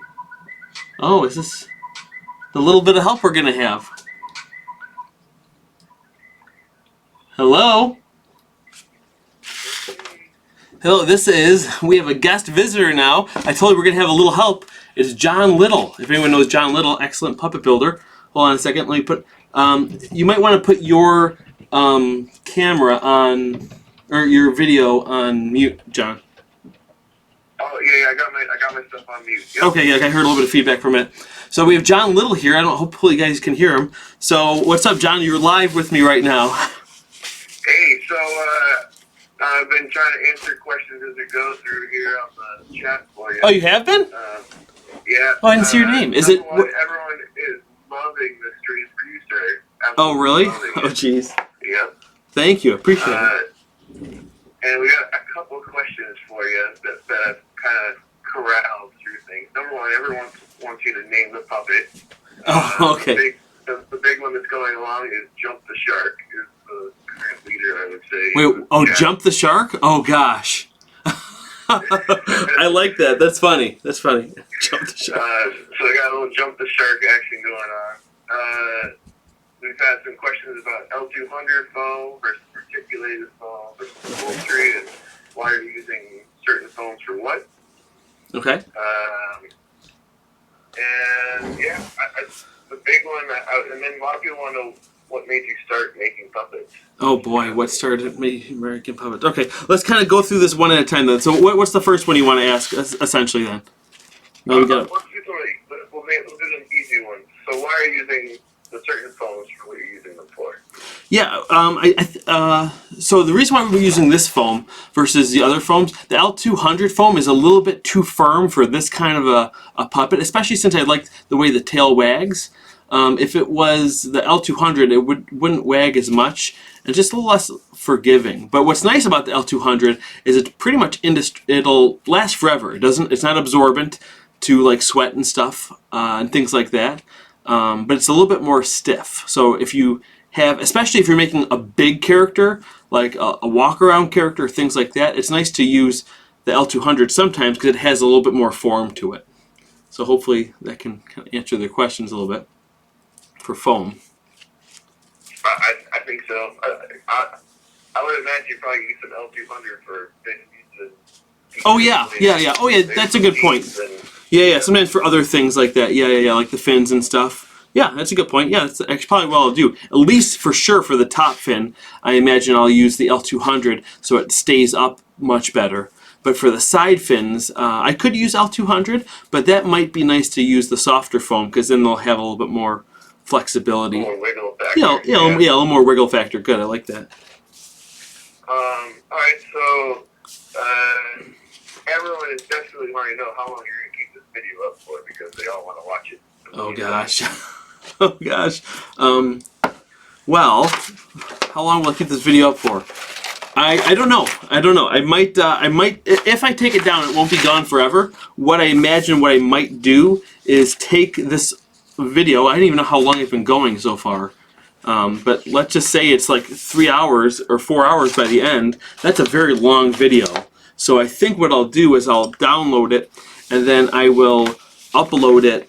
I'll edit it down to maybe like a half-hour video and time-lapse a bunch of the parts where I wasn't talking or just doing stuff like that to make it into a shorter video. So it won't be gone for good.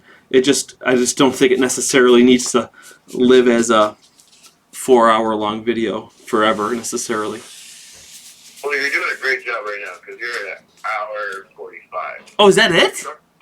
Yeah. Oh, that's not too bad. That's not too bad. And then we've had some questions about firm versus flexible mouth plates as well as a loose jaw. Oh yeah. People seem to be preferring a loose jaw. I'm wondering what your thoughts are. Yeah. I don't think a loose jaw would work really with this kind of a character. But that's a comment I've been getting on a lot of my videos lately about how to do a loose jaw puppet. And I have plans to do a video on that. And I kind of mentioned it a little bit in this live stream as well. That was kind of having that little bit of space in the fabric mouth plate between the two stiff mouth plates can kind of give you that. Okay, that's part of it. But also, you don't really want to glue down the entire mouth plate. That'll give you more flexibility in moving the mouth as well. If you glue the fabric to the inside of the fabric mouth plate, it's going to be pretty stiff. So I usually just glue around the edges. And that's what I did that's what I did in my other videos as well. But I guess I didn't necessarily make clear why I did that. So, good point. And then let's get into why did you start making puppets, Adam? Oh my gosh, why did I start making We're puppets? it's like you're on Puppeteers. Look at this. That's right. I know it is like a. Well, you know what? It's, I was gonna. There is an interview that I want to do with someone that we have reached out to that we're going to, which I was probably going to kind of give my whole spiel about how I got into it on that episode of Puppeteers, the podcast. So I think I might kind of save it for that because it's kind of a... To be continued. Dun, dun, yes, to be continued, exactly, yeah. And I was recently on another podcast too. What a teaser. Yeah, isn't that a teaser? So you have to come back. Make sure you like, comment, and subscribe. Check out Puppeteers podcast as well. We got a lot of fun stuff. And actually, John is going to be a future guest as well, which is going to be something that I'm... This is the first I've heard of it. That's right. It's going to be great. So, yeah. I think that's it for now. That's it for now? This, so I'm not seeing too many. People want some more tutorials from you, from the types of like speaker style heads. Oh yeah, I got It's so it's so hard because there's so much I want to do all at once, and then some stuff like I wanted to do the loose jaw video soon, but like it's hard to just do that and not have it in the context of a whole puppet. So what I'm thinking about doing is I've been wanting to do a sack puppet tutorial as well. So I'll probably do one and then the other, and then kind of put them together in a video as well as one character. So I'm still figuring out how the order of which of these tutorials comes out. Sometimes seems kind of random, and sometimes it's kind of for a reason. Mm-hmm. But I am listening. I read all the comments and try to, go along as much as I can. You're only human. Yeah, that's right. Do what you can do. I'm only human. That's right.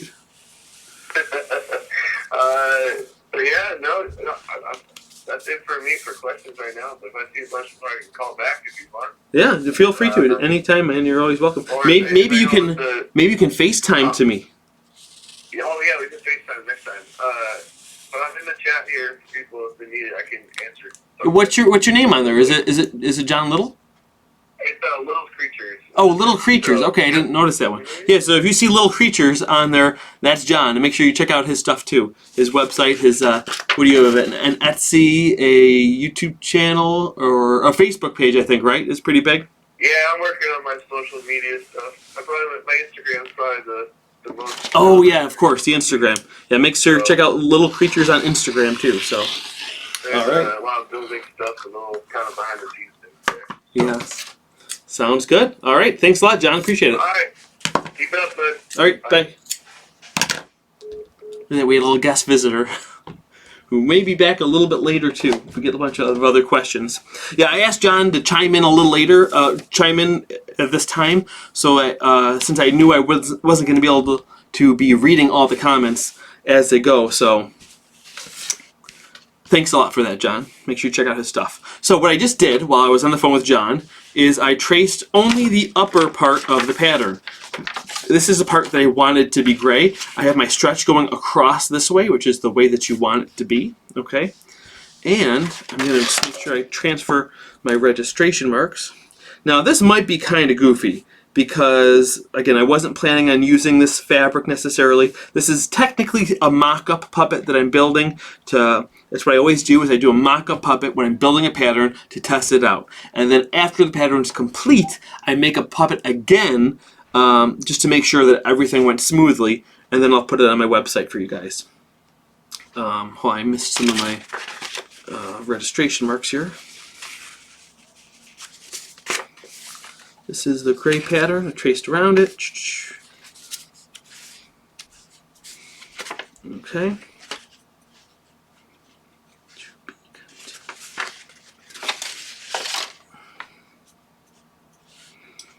So I'll cut that out. And now I am going to cut this, I am going to sew this on the sewing machine for time's sake. So let me get my fabric cutting scissors. And not my junk scissors.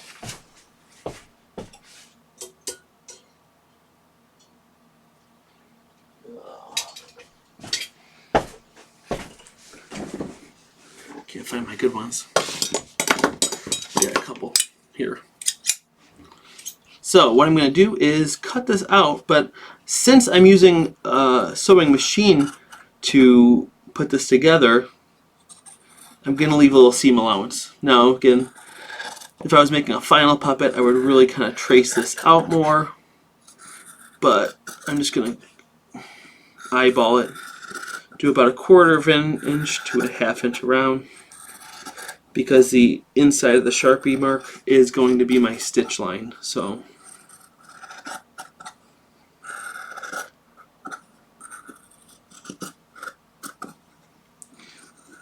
however, though, you do not have to use a sewing machine in order to make a puppet. Not at all. You can do a hand stitch. I have a whole video on how to hand stitch for puppet building. You can search that.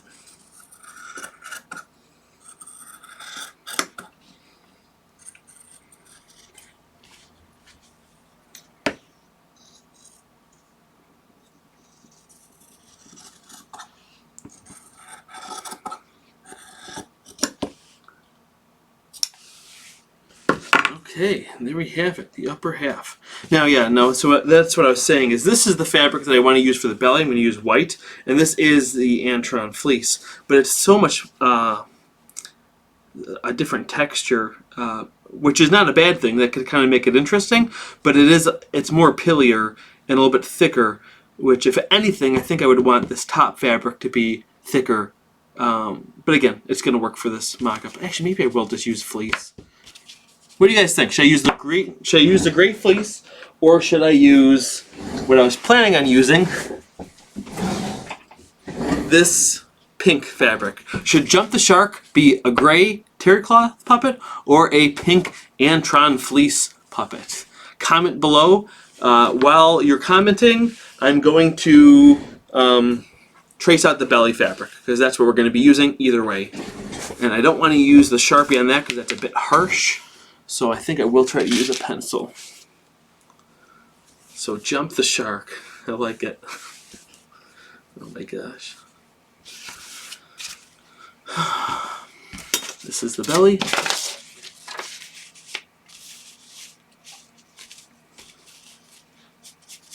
And I probably should just ask my wife, let her decide. She's the boss.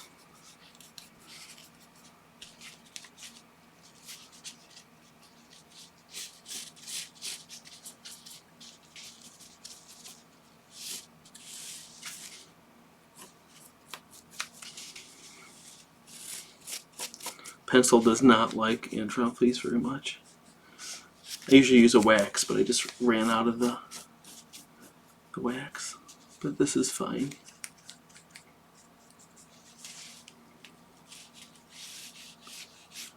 Oh, I see a lot of grays, I see a lot of pinks.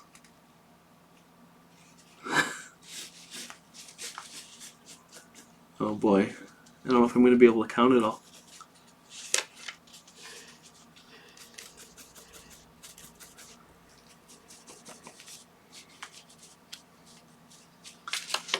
That works.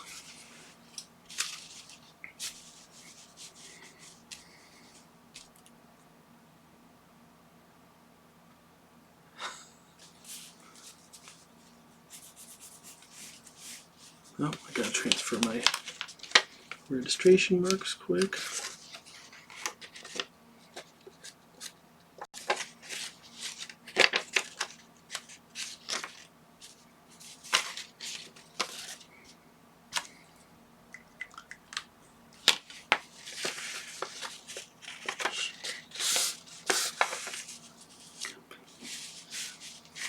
Yeah, someone made a good point. They said if it's going to be pink, it might have to have a different name. Sharkia? Sharkia? Shakira? Oh, is that what it is? Sharkira? Oh my gosh. That's pretty funny.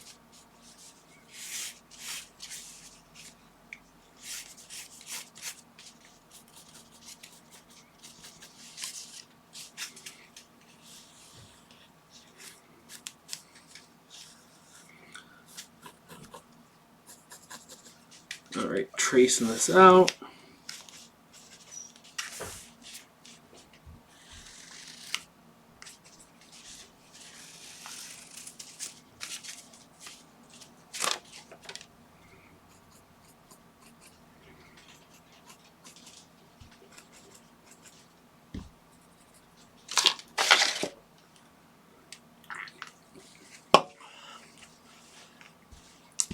So I don't know.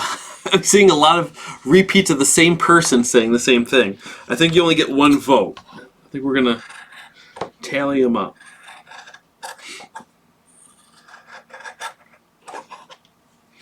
Let me just cut this out so we hear this.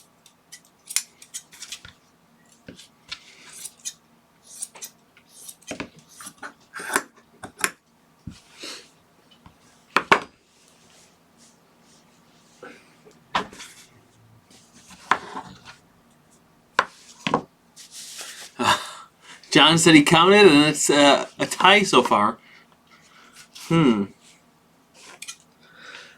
I'll tell you what I'm thinking. I think I do like the gray more, but I'm leaning toward the pink just because it is Antron fleece.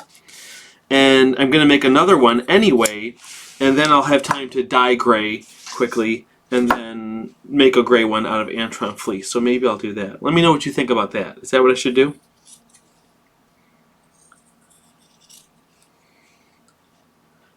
So I'm cutting out the white.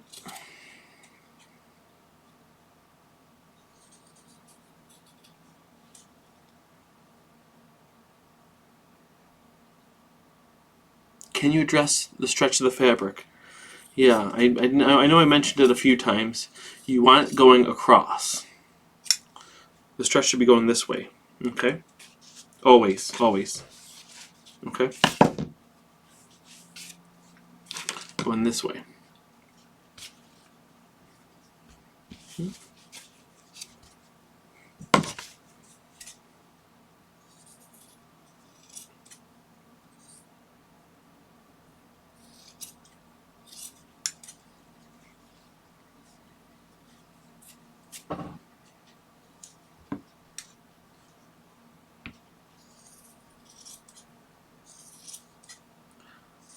Okay.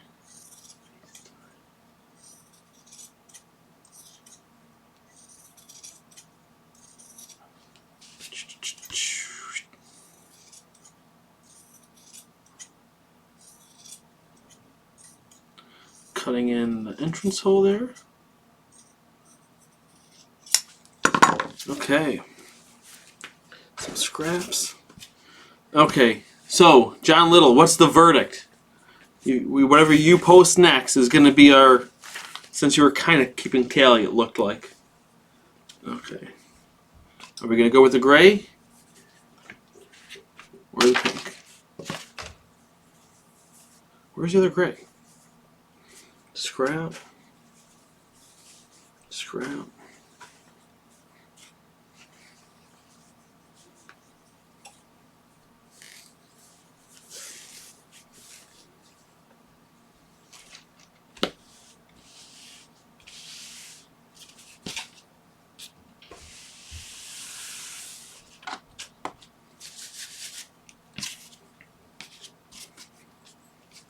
Let me see how this will look. You know what? We're going to go with the gray just because I think it'll look better and a little easier to see on camera. And again, this is a mock-up anyway, so that's what we're going to do. We're going to go with the gray. And I already traced it out and cut one out anyway. So, but it might just, you know what though, now I'm second guessing because it might not fit on quite as nicely either. I'm so indecisive.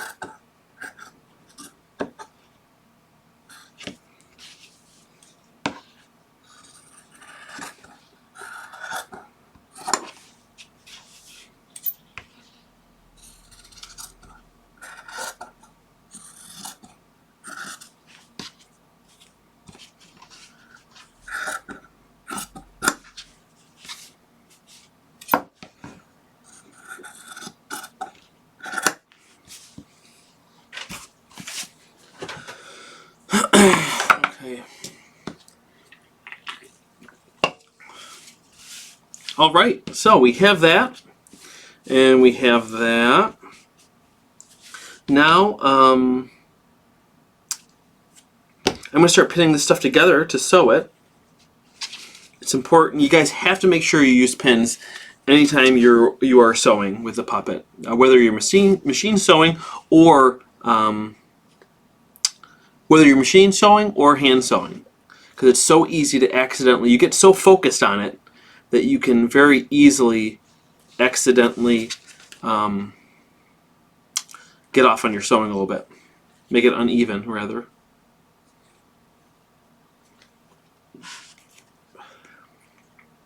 So now, right now, this is the bottom of the belly. There's a couple ways you could do this.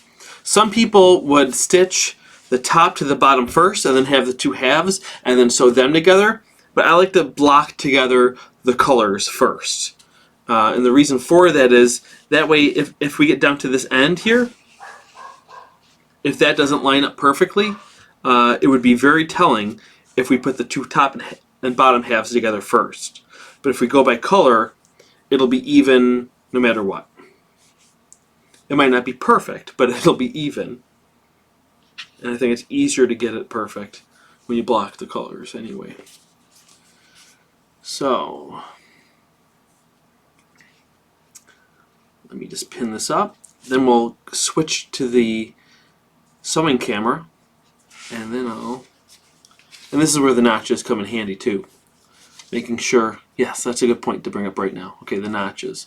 So here I have a little notch. I want to make sure I line up that notch with the same notch on the other side as well. So there we go. So there's the notch, and there's a notch.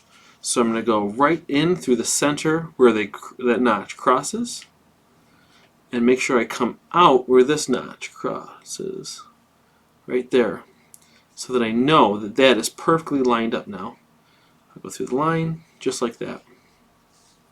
Okay, now over here, do the same thing. Make sure I line up those notches. So you should like at least have a pin at each notch, but you should have more pins beside that as well. Now this fabric's curling up a lot. It's pretty annoying. It's pretty annoying. Starting to regret this gray decision.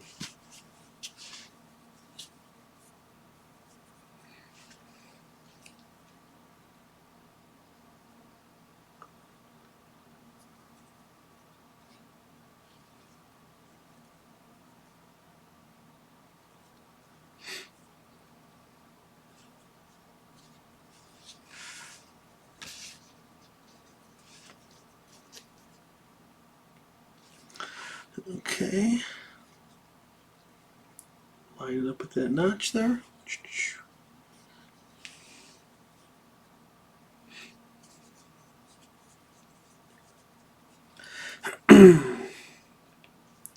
So another thing I'm thinking about doing, and let me know what you think about this, is anytime I do a full build live, which probably won't be too often, but I will do other ones, I'll do that on this channel. But I'm thinking about live streaming whatever I'm working on as well, whatever's on my table. And I set up a new YouTube channel for that. Currently there's nothing public on it yet. I did a couple test live streams. That's just me pretty much saying test into the camera for 5 minutes. But those are hidden. And that channel is called Krutinger Puppets Studio. So I don't even know if it'll come up. If you search it, let me know if it comes up. It's the logo is this little picture right here of that little guy with the eyes there in the graphic. That's what it looks like.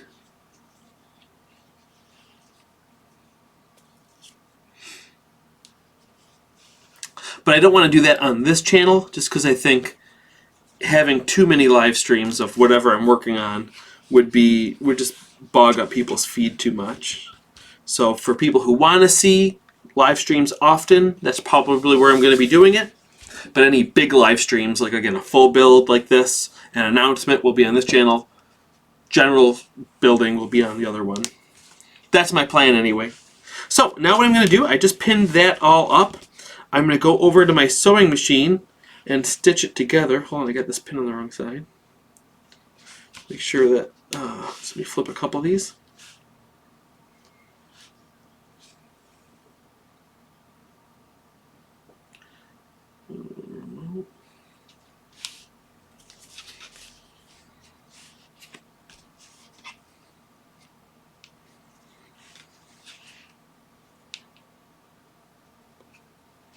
Okay, I think that's good. I'm going to switch over to the sewing cam right here. How's the lighting? It's a little dark. You can see me. This is my sewing machine. Turning it on. Now if I turn on this light, is that going to blow it out for you? Yeah. It's too bright. I'll hurt my own eyes for your satisfaction. Okay.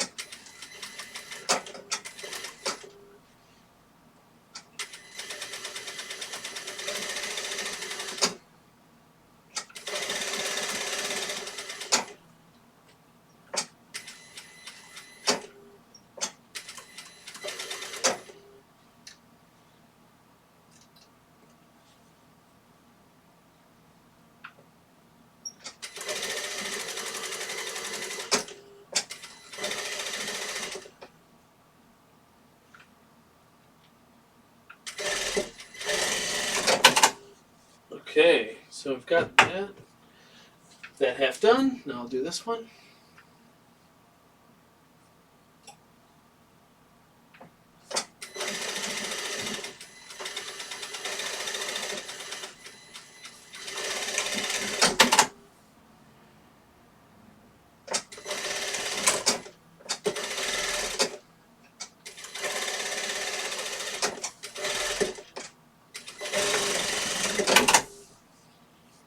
There we go. Now I'll come over here and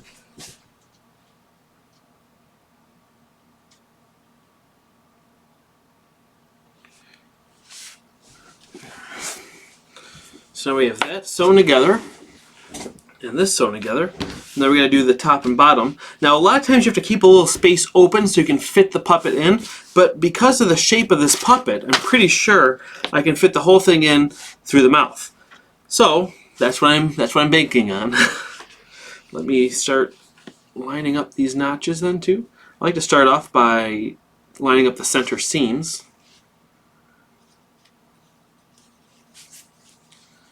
Okay.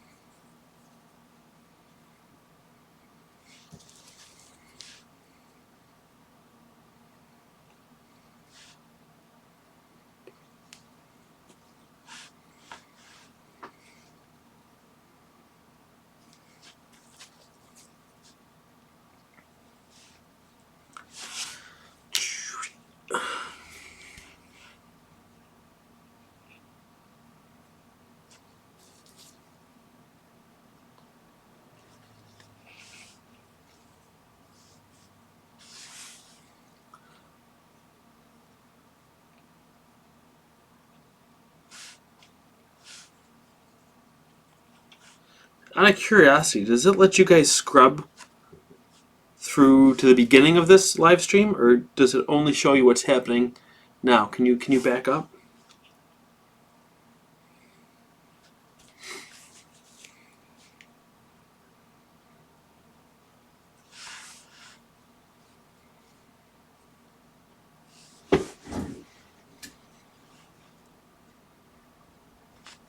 It doesn't let you start. Does it let you start from the beginning of the video if you wanted to right now?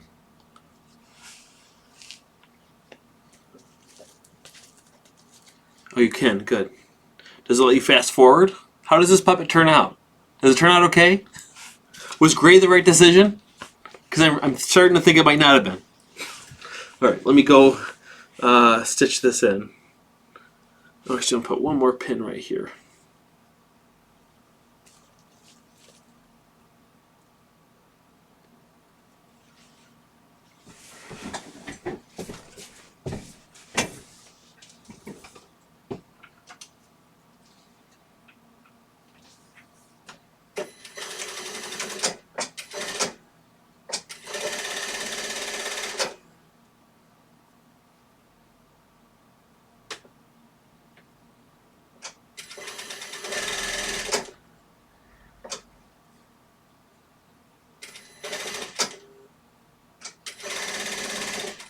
Oh.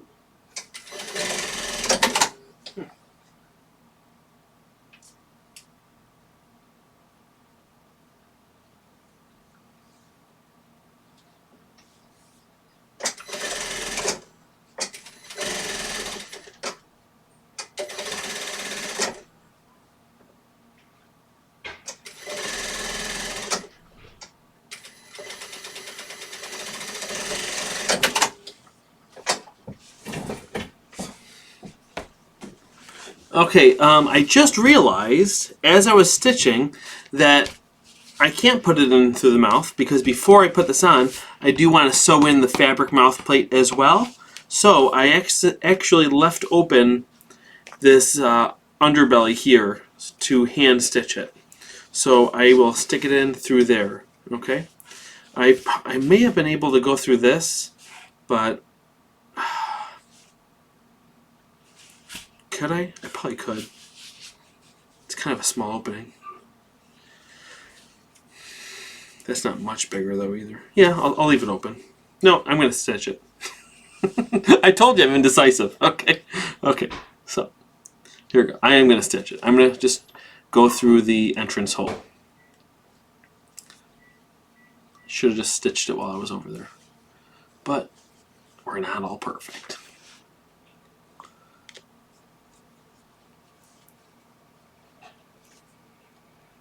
Okay. Okay.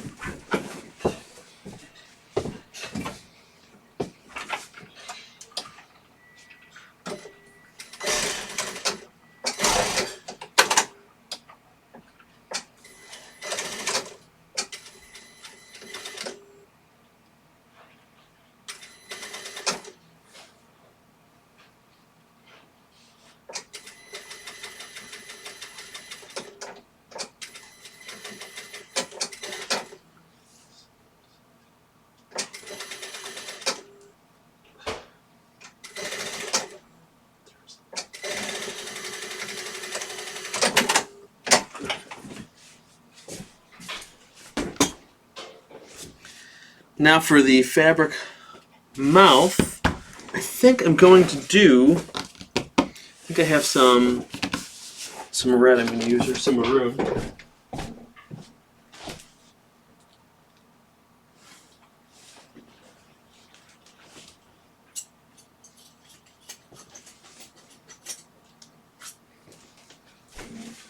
Okay.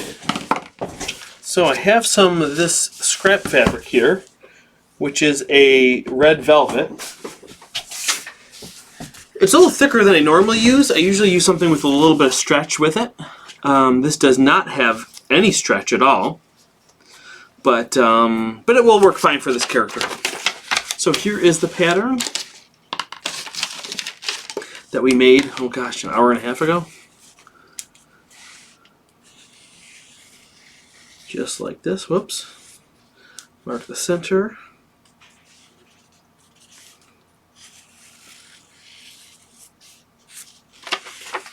Okay. Mark the top there. I like to put a line there just so I don't forget. This is thick enough that it won't bleed through at all, so.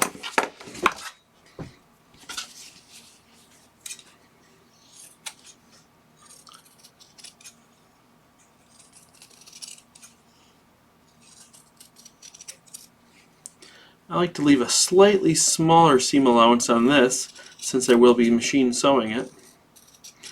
Having a slightly smaller seam allowance will give it, if I stitch in the same spot, it'll give it a little bit more of a lip on the inside.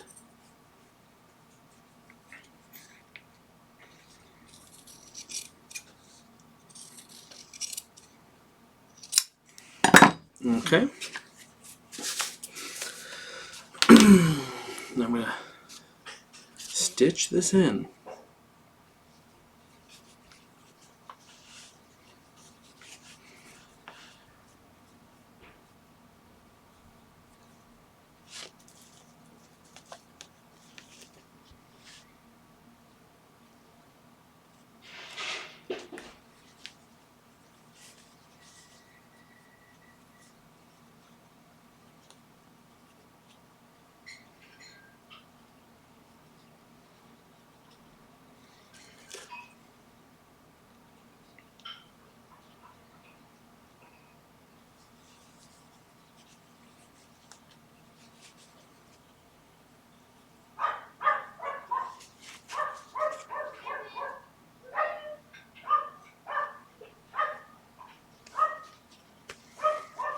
Okay.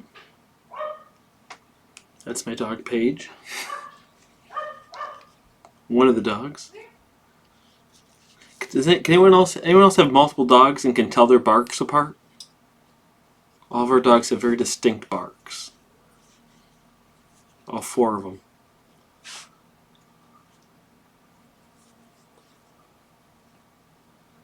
Okay.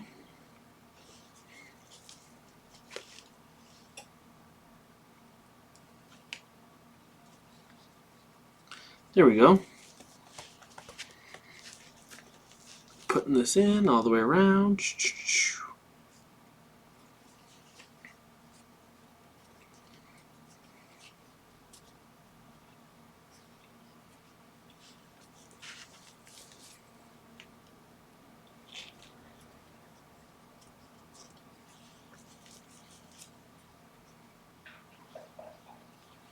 Okay, so I'm going to go stitch this.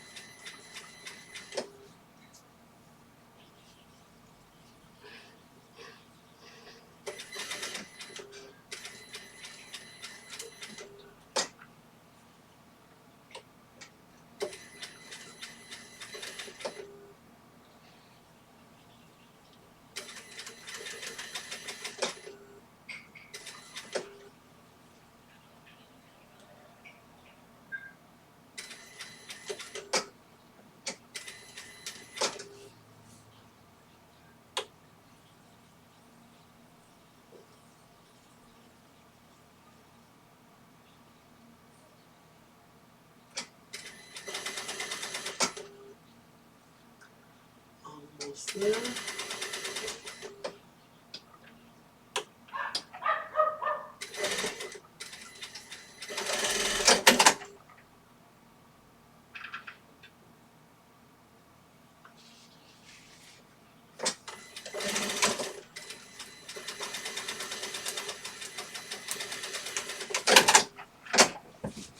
Okay, and there we have it. It's like a big sock that we're going to slide on to this.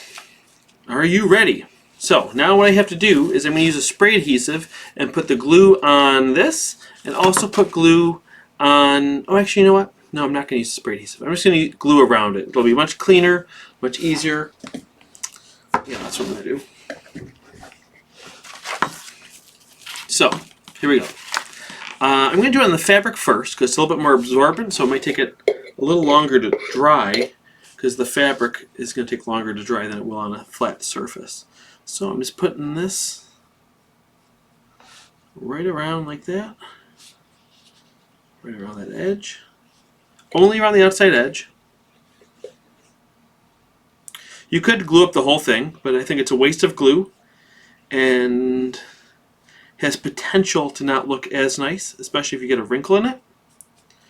Whereas this way you won't get a wrinkle because you can pull it tight on the edges and it'll sit nicely. And it also just gives it a little bit of flex if it needs it. Oops, almost forgot to do this. Okay.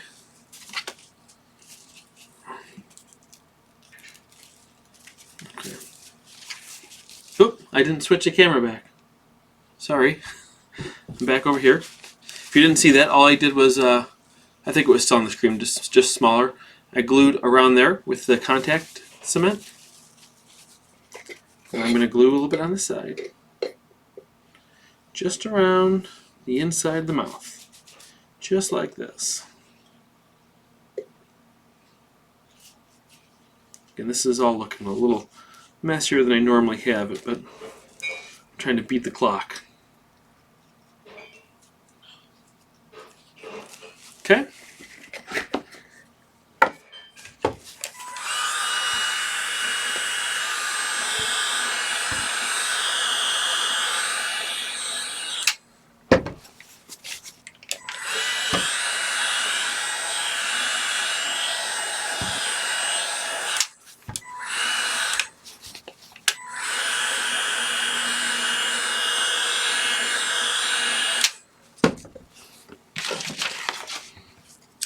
That glue is not coming out there. There we go.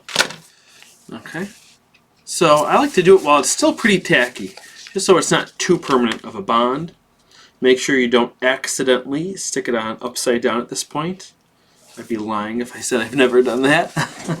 Stick the mouth plate on upside down. Oh my gosh. What a noob. Hi, I'm a noob puppet builder. Live streaming. I don't know what I'm saying even. Sorry. Okay, there we go. There it is. All looking pretty nice and flush. It's lined up in the center there. This is lined up in the center. Let me just look inside this, see if that feels smooth on the mouth plate. All feels smooth. Good. So now we have to just invert this. Ready? Sticking it in. Going in the head.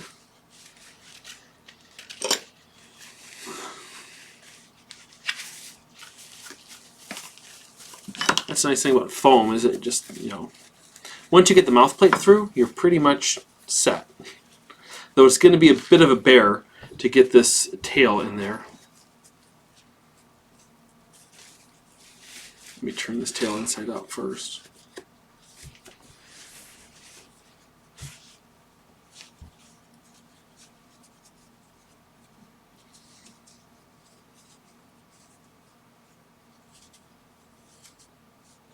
Someone said, why didn't you do a wet fit? I did do a wet fit. When you do a wet fit, though, you don't want it to be sopping wet. You just want it to be, you know, not fully tacky, but just a little tacky. It was that I did do what you would call a wet fit. Yeah, I forgot to kind of mention what it was called there.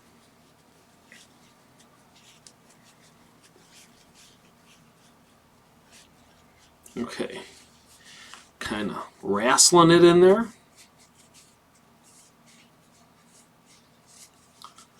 Let me get a pencil here and kind of turn this tail inside out all the way. There we go. Perfect.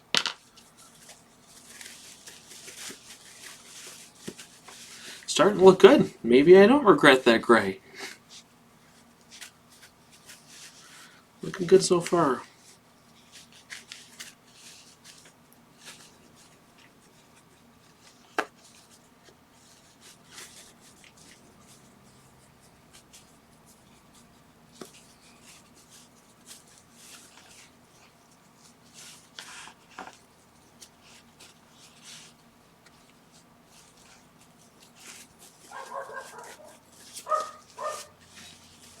Hold on.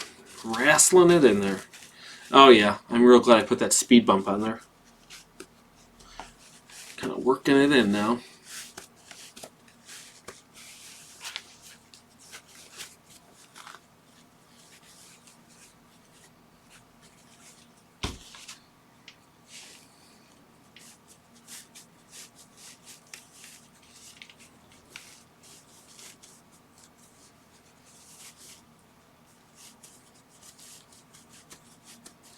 Yeah, this velvet isn't as forgiving, or this terry cloth is not as forgiving for wrinkles and stuff as the Antron fleece is, because you can see here. Let me switch to the full. So if you see here, it's pretty smooth, but it's because of the nature of the tail that it goes back and forth. You know, one side is always going to be a little bit wrinkly. Oh, we got John back. Hello. How about everyone see? What's up, buddy? There he is, Mr. Little, live on screen. Hey, everyone. What's up, buddy? You guys are hilarious. We had an entire fish pun battle in the Oh, really? chat that you I didn't guys even did. expect that. Oh, it was so good. I didn't even expect that. It was fantastic. Oh my god. Fantastic. So, hitting them up, asking them for questions. Okay. I think the pink gray war will go on forever. Okay. Which color this puppet should have been. And then, so let's just start here with Sad Little Bike Rack asked, has one of your puppets ever been ruined? Has one of my puppets ever been ruined? Mm-hmm. You know, I'm sure it's happened. Not that I can, nothing that jumps out at me. I've had to destroy my own puppets before. I've had to salvage them. I'm sure you've had to do it before too. Salvage a puppet, just to get something else to work. Like you have another deadline, you have to rip the arms off this one, throw it on this one. I've had to do that. Did you ever get anything back from like a shoot that was totally destroyed, or did Cam destroy one of your puppets? I bet he did. Ugh, Cam. yeah. Yeah, if anyone would, it would be Cam, right? No, actually, Cam is like uber, because I'm kind of in between with the way I treat my puppets. I am pretty rough on my puppets, but I also know how to take care of them, which allows me to be rough around them. Mm-hmm. But my buddy Zach Homiser, which many of you may know him, I know you know him, John. Every puppet is like a shrine. I bet you he tucks his in at night. that's the kind of guy he is. He treats his picking and prodding at them, making sure they're perfect. But no, I don't think I've ever really had one get destroyed. Though I'm sure, actually, if anyone would know, it would be Zach. He knows my puppet history better of myself than I do. But yeah. All right. People want to know if there's any more TV shows in the future. What do you mean TV shows? They're asking if you're going to do any TV shows or anything else. For TV. That probably means like the Arlo's art show where I tried pitching that to like a. I never officially tried pitching that. I just kind of made that as my graduate project, but I never actually like formally pitched it anywhere. I'd have to really look more into how all that works. I really don't even know how that works. I know how to make my own show and put it on YouTube and stuff. And honestly, I think that's more than enough. If that did well, maybe the right person would see it and then want to pick it up or something. But as far as like actually pitching a show, I don't really know anything about that process to get it on TV. Other than local TV, that's a good way to do it too. There's a lot of places locally. A lot of local stations are actually looking for content. And if you can pre-make content and just give it to them, they'll be over the moon. You might not get paid. Absolutely. You might not get paid for it, but it's good exposure, right? Which we all love. But oh yeah, my rent is paid in 8 exposures every month. 8 exposures? Oh really? Gosh, I'm still paying 10 exposures a month for my rent. It's tough to do, but if you can find it, you can take it. That's right. Yeah. Kayush, I'm gonna say this probably wrong. Kayush the stunt dog asked, "Do you ever do YouTube collaborations?" Do I ever do YouTube collaborations? Yeah. I did one with Thomas Sanders a couple months ago, which was great. I built puppets for something that he Those are did. beautiful puppets. Thank you. That was a really fun build because usually, well, first of all, I get most of my puppets I build are like that.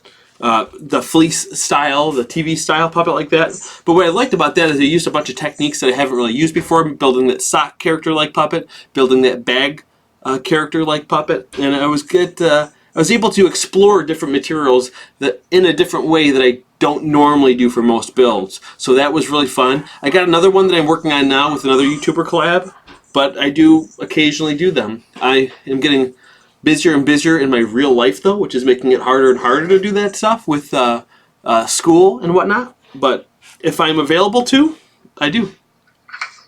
There's your answer.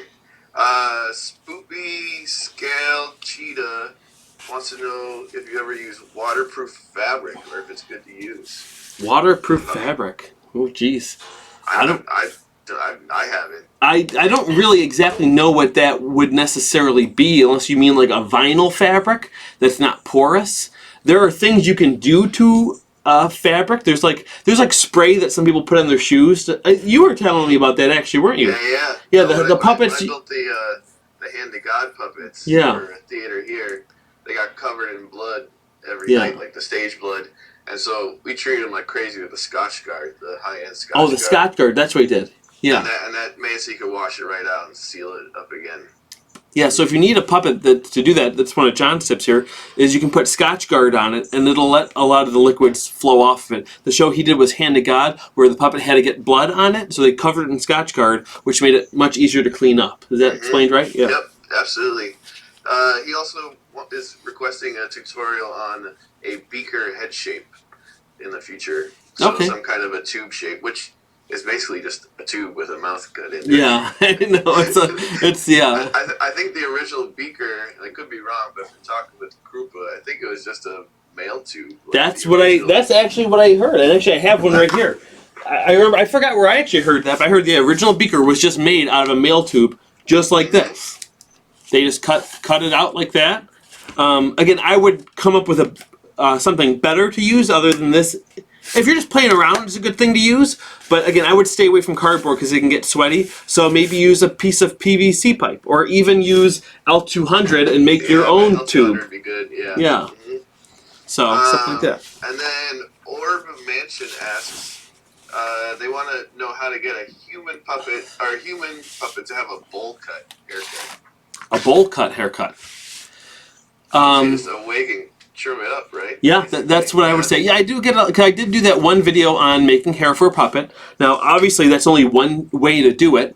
That's probably one of my most favorite ways to do it. But yeah, I would just get a wig, and it's better if you can find one with a haircut that you already need. If not, just trim it up yourself. But one thing, I try to personally avoid using wigs because that synthetic hair can just get so... I built puppets for a local production of Avenue Q before, and the Cape Monster, we had a wig on it, and it worked great. But like in all that movement, and then they comb it out, and when you comb it, sometimes they get tangled, and then it gets a little bit... Some of the strands get stretched. And since it's plastic, you know, a thin piece of plastic can kind of coil up. After a while, it just gets really kind of ratty. So if it's a puppet with heavy use, you have to replace the wigs every once in a while, depending on how much you use it when it starts getting ratty. Or, again, for those kinds of reasons, I just try to avoid wigs, unless you have to. Sometimes you have to. You could probably do a bowl cut with faux fur, too, if you really had to. Yeah. I think, yeah. Yeah, I think you could do. It would depend on the scale. If it was a smaller puppet, like, I think you could definitely get away with the fur technique that I used for the other video. If it's like, you know, bigger, you know, it gets more difficult. C Mystery asks, hardest puppet you have made? The hardest puppet I've ever made.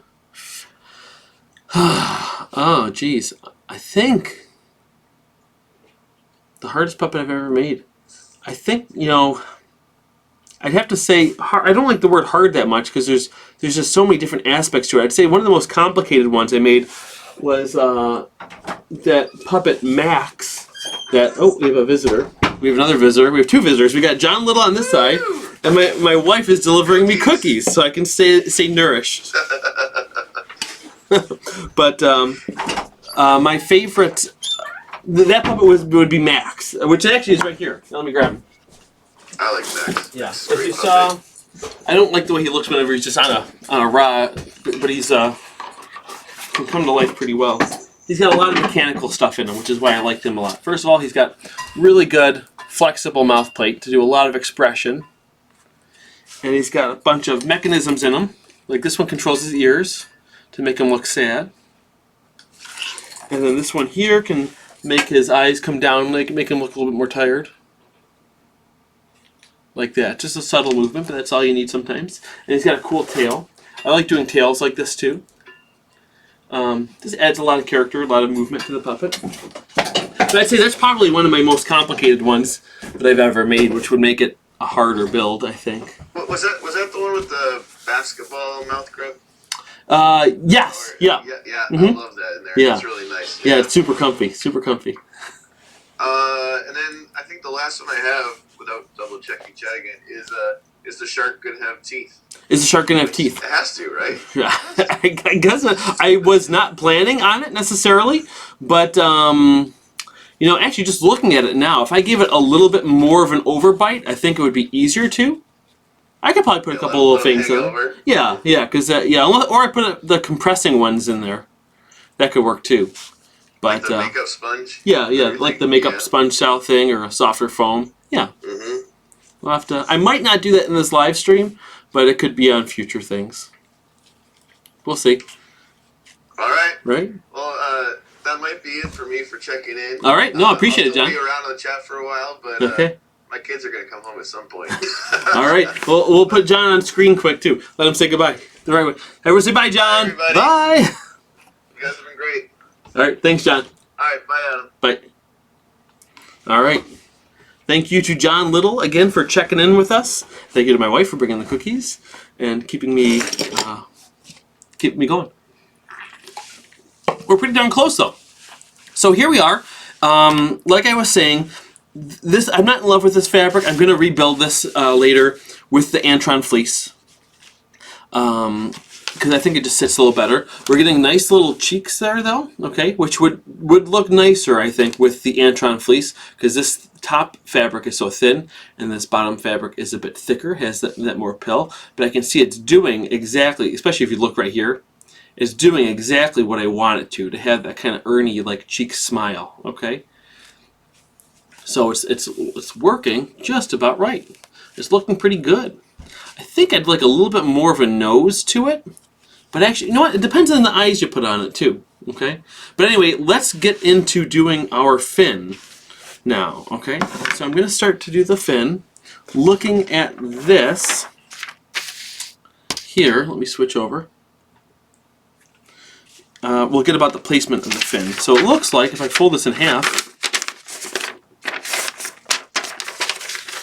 the fin, the back of the fin is in the dead center of the fish. So if I fold my fish in half, it looks like about right there is the center of the fish. So let me get some paper here, and I'll kind of draw out. I'm going to kind of lay it flat like this, because now the shape has changed a little bit since it's like this. Okay. It probably wants to start right there. I think I'll do that.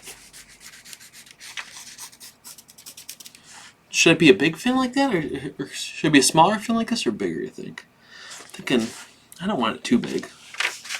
Let me see how that looks. I'll jazz it up a little bit.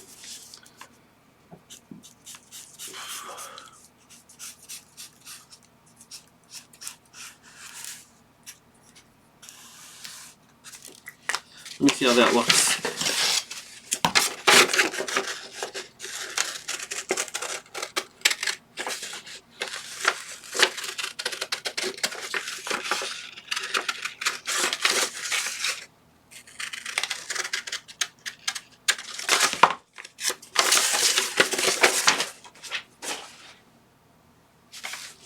Okay.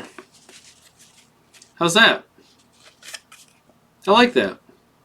I think that's plenty. I don't want to make it too crazy for this. This is more of a caricature of a shark than a realistic representation, of course. So let me transfer this to here so I can get the approximate placement. Yeah, that looks good right there. Oh, that's like perfect. So like the fin goes right here between this notch that already existed and that one. Okay. So let me carve this out of L200. Well, actually, before I do that, I will also do my side fins here. If you look at that, and actually it's bigger than I remembered, but I don't know if I want to make them that big again as well.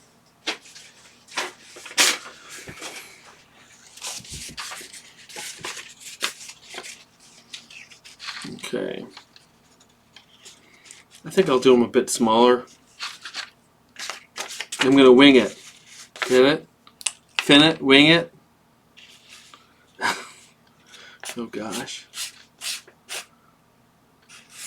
Show you, that one kind of has a goofy shape to it, or a realistic shape to it, but I'm just going to do, I think I'm going to do something like that. See how that works out. Yeah.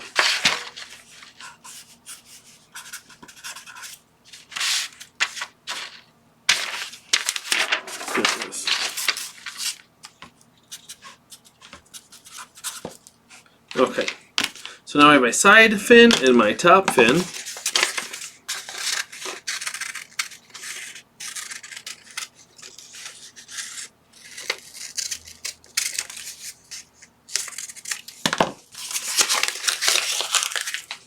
Let me shove cookie in my mouth.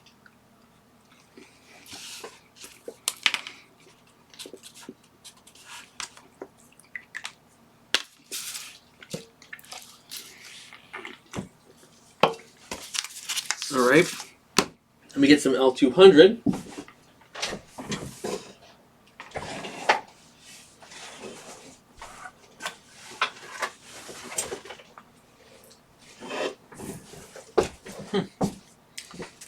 Now it's over here.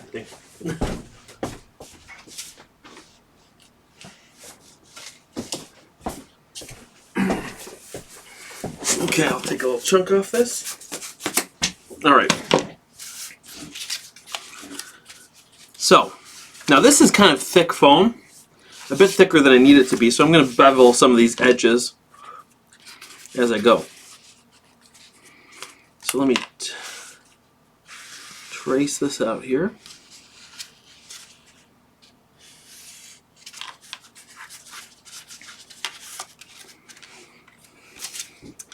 Okay, I'm not going to actually use that foam for this. I'm going to cut off a little piece, a little bit bigger than I needed.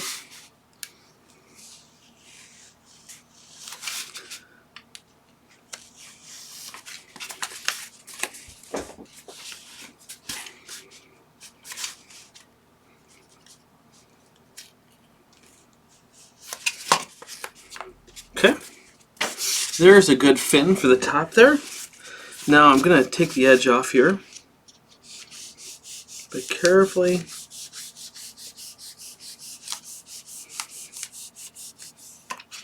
using a razor.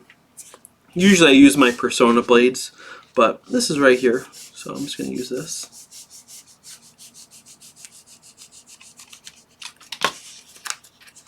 I should really probably use those blades though.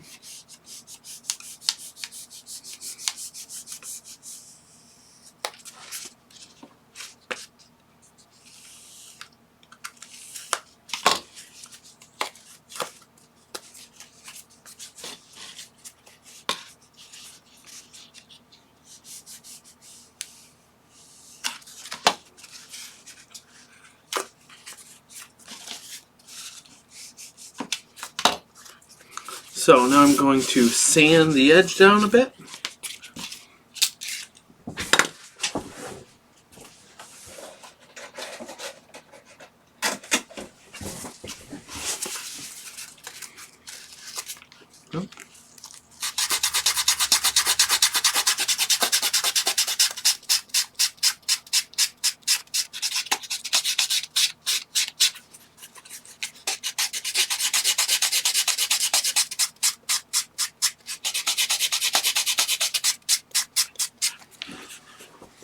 Getting much nicer there.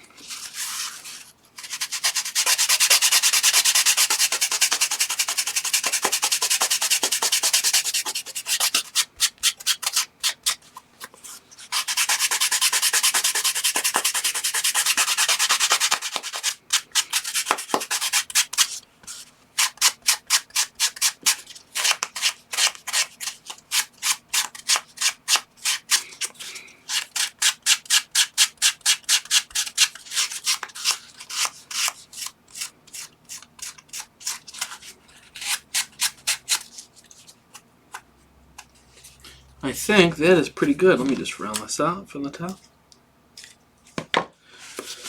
That will do. Now we'll cover this with the gray.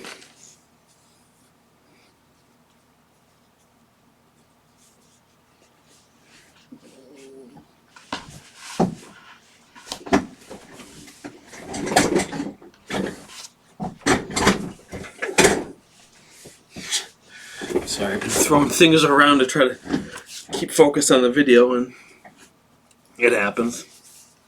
Let me get a piece of this.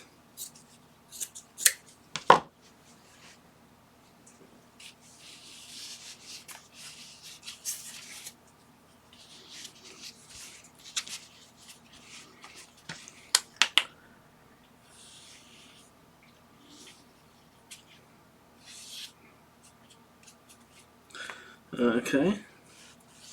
And I will quickly stitch this.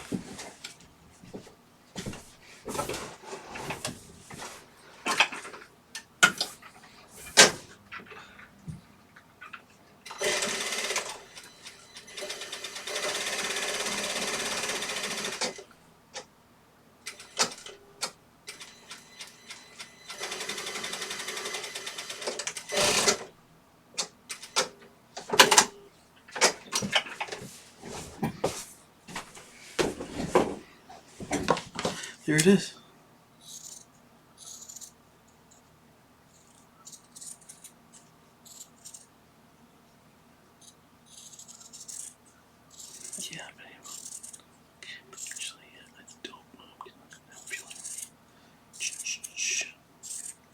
just realized I'm talking to myself. Oh, I forgot to flip you back over. So I just cut this out. I just realized I was talking to myself too. Sorry. Sometimes I do that. Okay.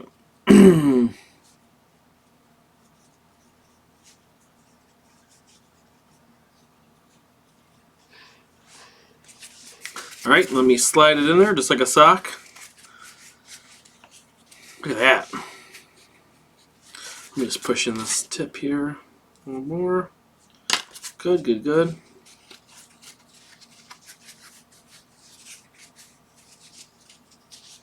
Yeah, it's looking good. Look at that.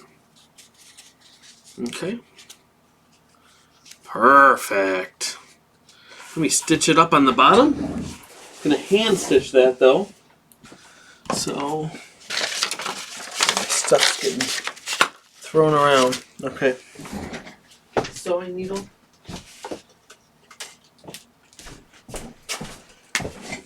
And I'll get some thread.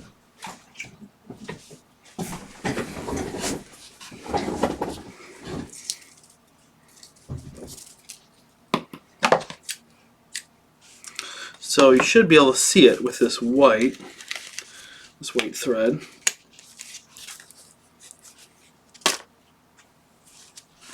So that you're not completely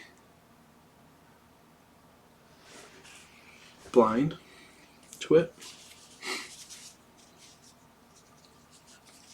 So actually looking at it, let me tuck that in and just start stitching. I'm going to just do a very loose stitch here because I'm just kind of basting it together because this is going to be facing down anyway. Let's keep it together and tight.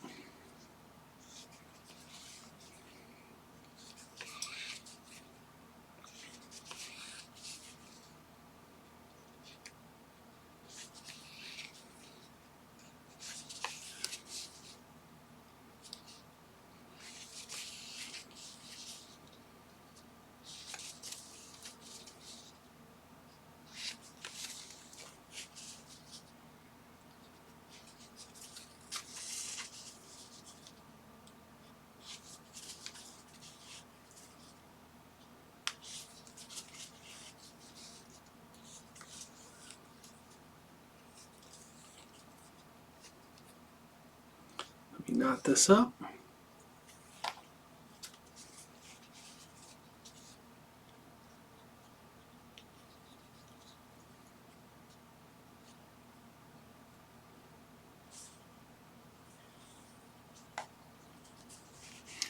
Oh, I see someone's actually making this along with me. Is someone actually making it along? Looks like Shannon is. Is anyone else literally making this puppet along with me as I'm making it? Yes, I'm only stitching the fabric. I see someone asked if I'm stitching through the foam. I'm only stitching the fabric. Good question. So, that's what I just did. Is I just kind of did a ugly little stitch there just to keep it all shut so that I can... It's okay if that's a little bit ugly because it's going to be face down here anyway. Now, one thing you could do, you could kind of use 2 pieces of foam and get a little thicker at the bottom. I might do that in a future time that I build this. Those are the kind of things you learn in doing a prototype. So that's why it's important. So, but looking at this, yeah, I might want it a little even thicker at the base here. So next time I might stack 2 pieces of foam together and then have it come to the same thickness like that. But either way, for this puppet, this is fine. So let me stitch this on. For this, I'm going to do a slip stitch, which I teach in my stitching video on how to stitch a puppet. This is not a good structural stitch. So if you were to put this complete puppet together by hand sewing, you would not do this stitch. You would do a whip stitch or something similar that has strength to it. Now, because this is so thin, though, it might not stand up on its own as well. It might want to kind of lean over. But again, that's how you figure this out by doing the prototype. So in the next one, I'm going to make it all out of Antron fleece and possibly have a thicker top fin, dorsal fin. I should call it what it's actually called. Is it a dorsal fin for a shark too?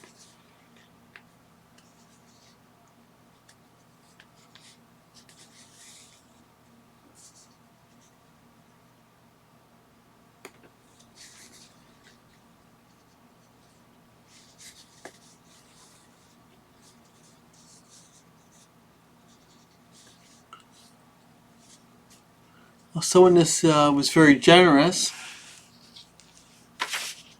This is a way to support you, but thank you. Well, thank you very much for that kind, generous donation there. I'm sorry I can't pronounce your name.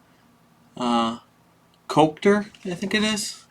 Thank you very much. Thanks for sticking around. And there's a lot more videos coming up and more live streams. So be sure to stay tuned.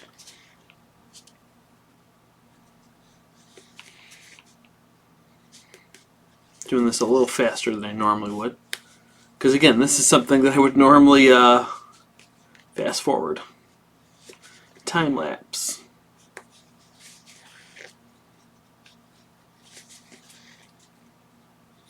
But it's looking good though. I think it's looking very nice.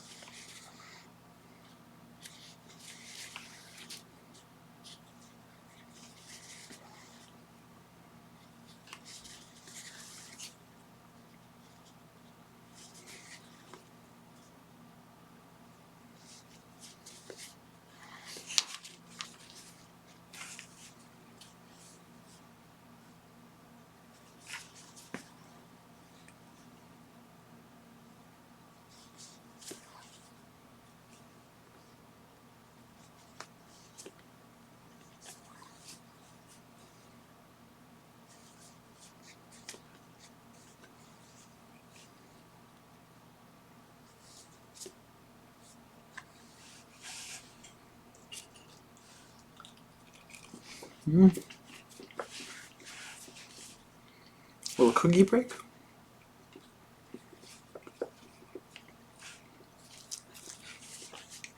Now, when you knot it, you don't want to just trim it there, because that's pretty weak. What you do is this. You go back in as close as you can to it and come out somewhere else. Like here. Actually, I'll come out, just to exaggerate, I'm going to come out in the middle of the puppet here. Okay? So this is what you call like burying the tail. Because there would be a little tail to that thread, which makes it stronger. But if you bury that tail in the middle, watch. If I just pull gently on this and then trim it, now that thread got sucked up into the foam somewhere. Okay? So now this is really strong. And if I switch over to the face cam, now we have really cute little shark puppet. Looks like maybe I should have put it back a little bit further. Probably just work the fabric back a little bit too. But yeah, the next one I might put it back a little bit further. Actually, that's not bad. Maybe I'd angle it slightly more like this though. So again, that's part of what you learn in doing this. So yeah, I'll actually change that pattern. I'm just going to take a sliver off the back here. Right about here. Like that.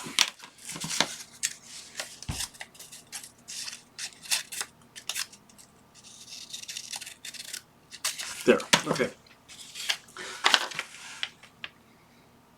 Now what I'm going to show you is a cool little tip/trick on how to really quickly. Now this is not something I would necessarily do for a professional puppet, but it can be a big time saver if you have something flat like this. So what I'm going to teach you to do is how to block. It's called blocking. We're going to block two fabrics together and actually the foam itself as well. So I'll show you what that means. Now for this piece, actually I think I want to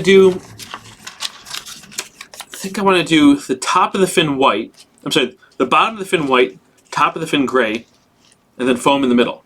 Okay, so I'm going to do it like that. So let me grab some of the foam. The foam I'm going to use is this.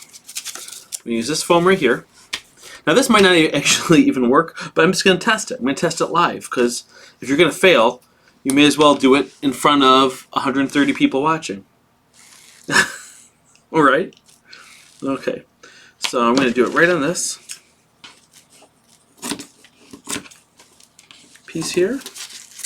So I have my piece of foam this big. Now I have to get my piece of fleece that big. Same size.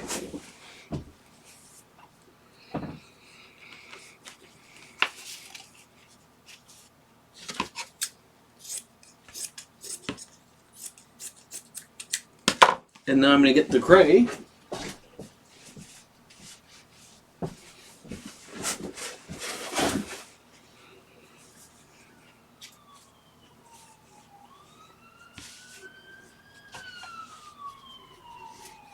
Okay.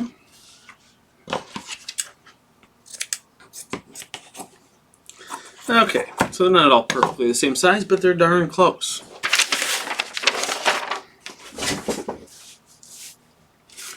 So what I'm going to do is this. You put the side you want showing on the outside, you face them together. So I want this gray side on the outside of the puppet, and I want the fuzzy side of the white on the outside of the puppet too. Okay. Now, I'm going to place this foam right there. Okay.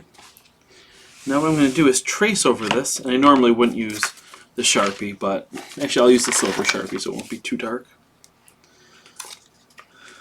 Okay, I'm going to trace over this.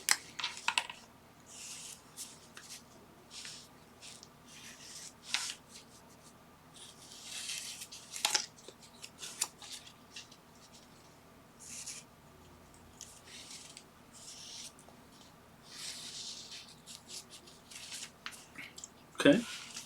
Especially if you're making these in mass for something, for like a classroom or a puppet workshop or something, this can be a handy little technique. Now, with my settings on my sewing machine, it should work. So what I'm actually going to do is take this over to my sewing machine and stitch through this entire thickness. It should work. Let's try it.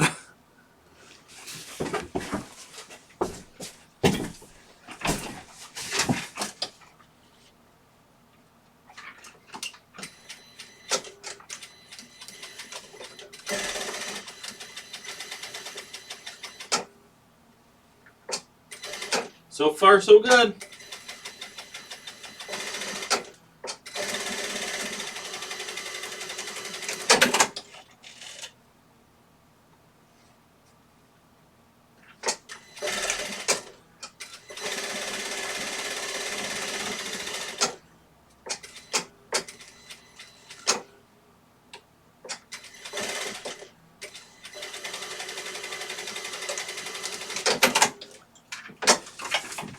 Now this was a technique that I learned.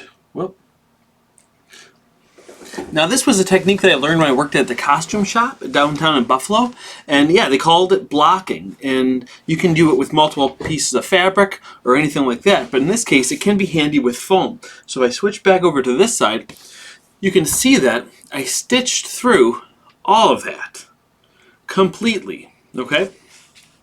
Now what I'm going to do is carefully make sure you do not cut on a line that you stitched. You cut it out through all of it.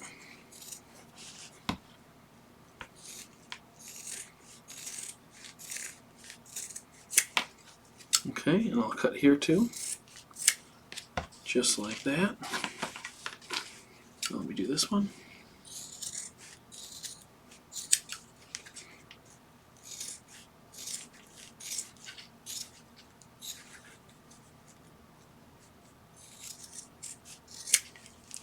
Okay, let me get rid of these.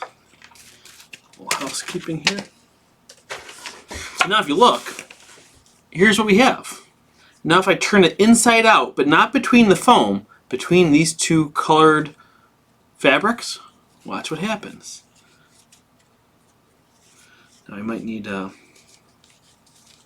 stick a pencil in there to kind of get it all the way in though. But what we end up with is a nice, perfect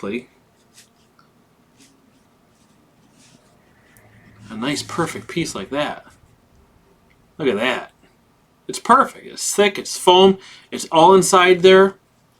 It's really handy. And it can be a very handy tool for a lot of things in puppet building. It's not good for everything though.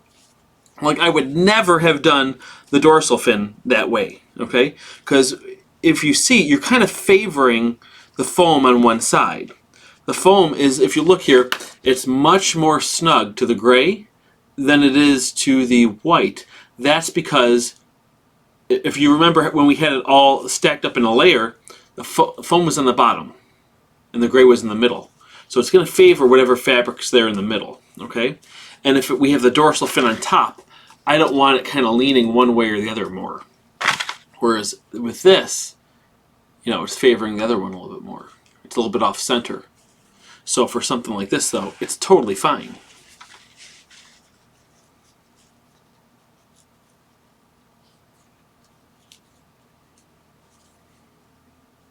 Someone asked, why isn't blocking a professional way? Well, I guess maybe I didn't use my terms right. It's, you know, I guess maybe the way I was trying to phrase it is why it's not professional, why I was saying it like that, is because you're not like truly getting the perfect form fit, you know, in the pattern making sense, you know. It's kind of hard to explain. Like it's not, it's kind of like a little bit of a cheat. That's what I should say. It's not necessarily not professional, but you only want to use it when it's going to make it look better, or if it's, you know, a time thing. Some people put complete puppets together that way. Actually, it's the way. I had a friend who was getting a bunch of puppets manufactured in China, and they made some factory in China, and they made the entire puppet that way for the when they got it back. So the person who sent them the puppet made it traditional, like the way, like I make puppets, and then when they got the, you know, the prototype, the whole thing was blocked together. And you know, if you block like a neck seam, like it just like sticks out and looks terrible. Well, that's another reason why it's not always good.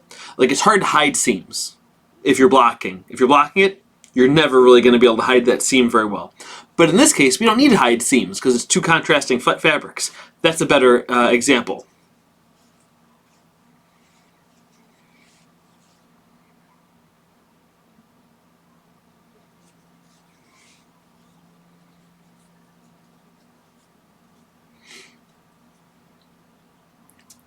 We got another generous donation here from.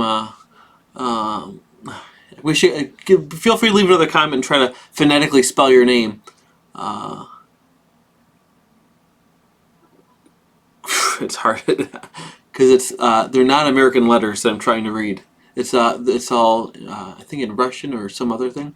Thank you very much though for your generous donation. It really it's very much appreciated. It helps keep me going with things, more projects, more content. It's not mandatory by everyone. I know everyone's different parts in their life, and you know that's actually why I kind of have some patterns on my website for sale. I try to put everything for free as I can, but some people were asking how they can donate and stuff, and I was always kind of a little hesitant and felt strange taking donations, though I do have the tab on my website. So I thought a better way to do it is to make some products available, some exclusive patterns that if you want to support the channel, the best way to do it is by ordering a pattern, because it just goes straight to, you know, managing you know, the fees that I have for the podcast and things like that. Trying to get new equipment and whatnot, trying to make it better. I want to get a better microphone for this setup right now for live streams, because I'm not sure how the sound is. Definitely know we're getting a lot of background sound from like the dogs and stuff, but if I had the shotgun mic, that wouldn't happen. You'd get, or at least much less. So I have one picked out that I want to get, but I just gotta save up for it.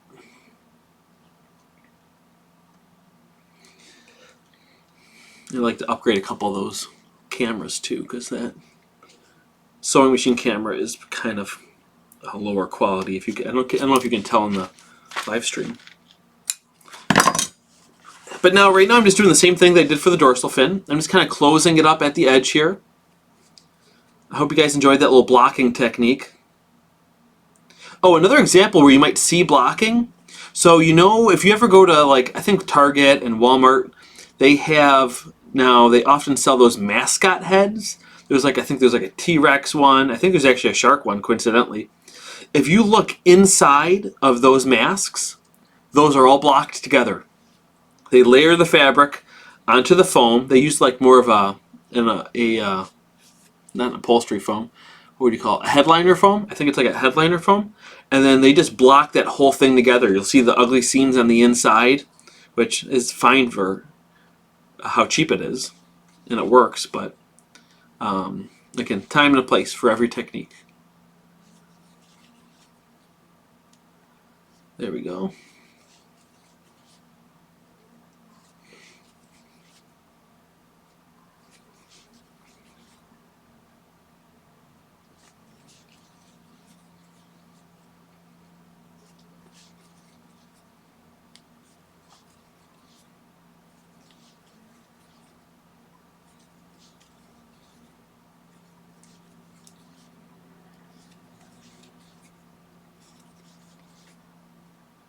Okay, so we have our fins here. So let me attach those. I'll stick one right here. Okay. Putting that in.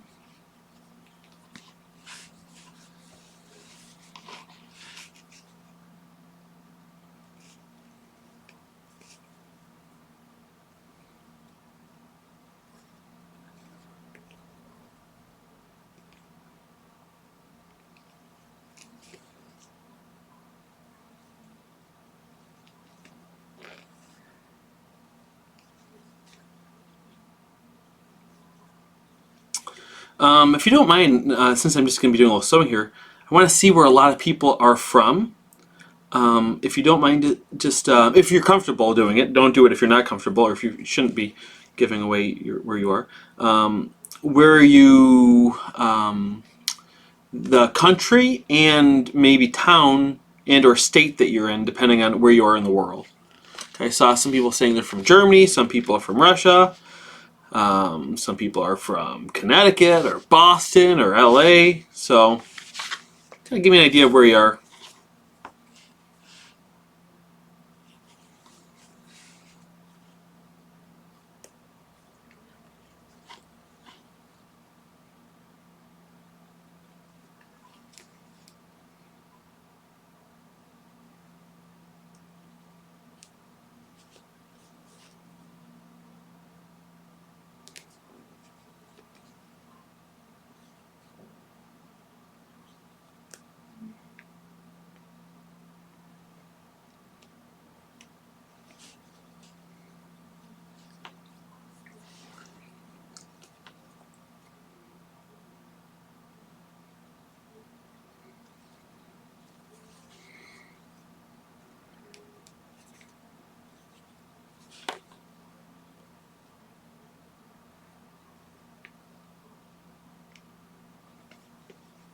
So we have some people from Canada, from Wales, South Wales.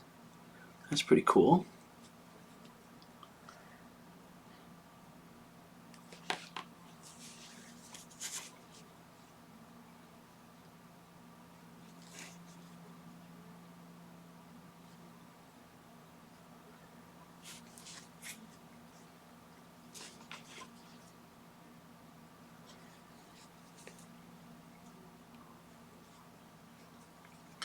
Amber is from Holland. That's pretty cool. Hello from Holland. Hello to Holland, I should say. Okay, look at that. We've got our fin on right there.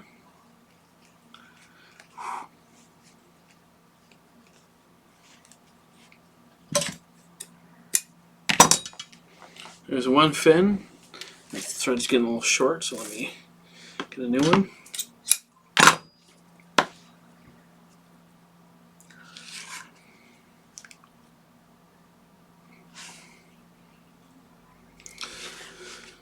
Almost there, guys. Then we're just Just gonna throw some eyes on there, and then I think we'll be done, unless you guys think I'm missing something.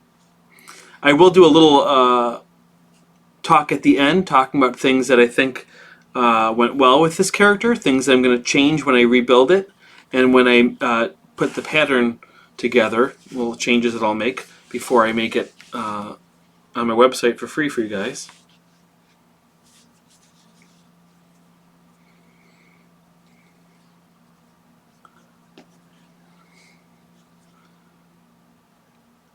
Got people from the Netherlands, Fort York in New York.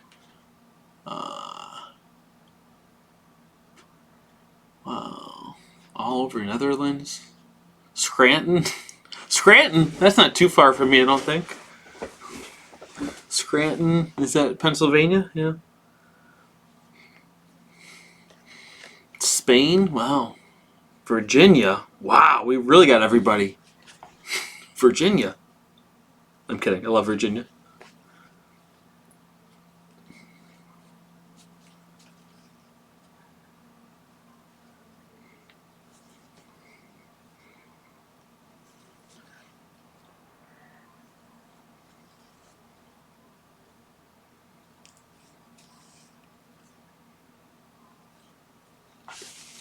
Okay, almost there, almost there.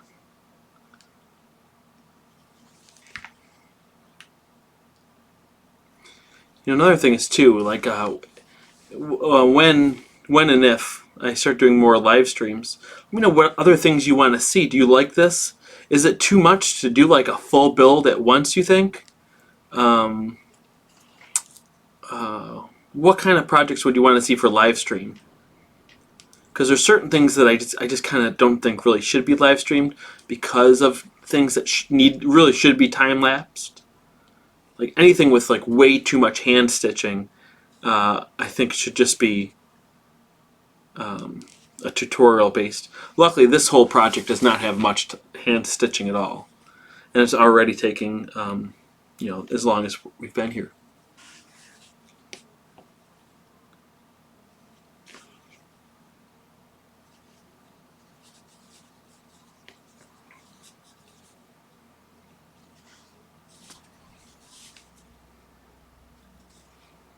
Okay, just about there.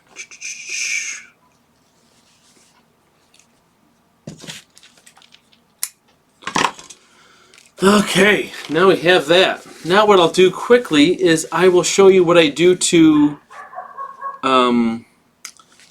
glue up the entry hole. Okay, you could put a sock on here, you know, make a Antron fleece tube to come down if you're doing it for film or whatnot. But again, I said this is going to be more of a classroom style puppet. So for that, I like to just glue the inside of the edge, and I'll show you what I use for that right here. I just use Tack, which is something that a lot of sewers will be familiar with. I find it works the best for connecting fabric to foam. Okay? And it also dries pretty quick. You could just use hot glue as well.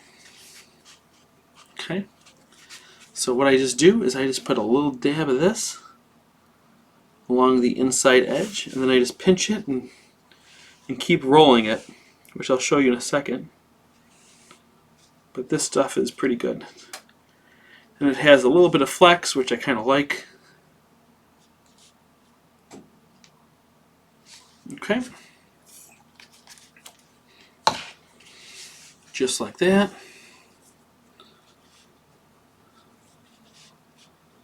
Kind of roll it in. Be careful though if you get it on your fingers and that you don't touch another part of the puppet, because it will, you'll end up with a little glue spot where you don't want it.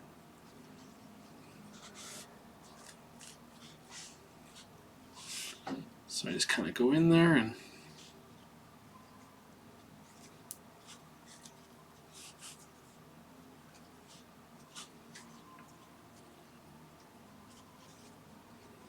getting a good connection. Yeah, that looks good. Looks pretty clean too. And when you pinch this glue too, the heat from your fingers really helps it dry much faster too.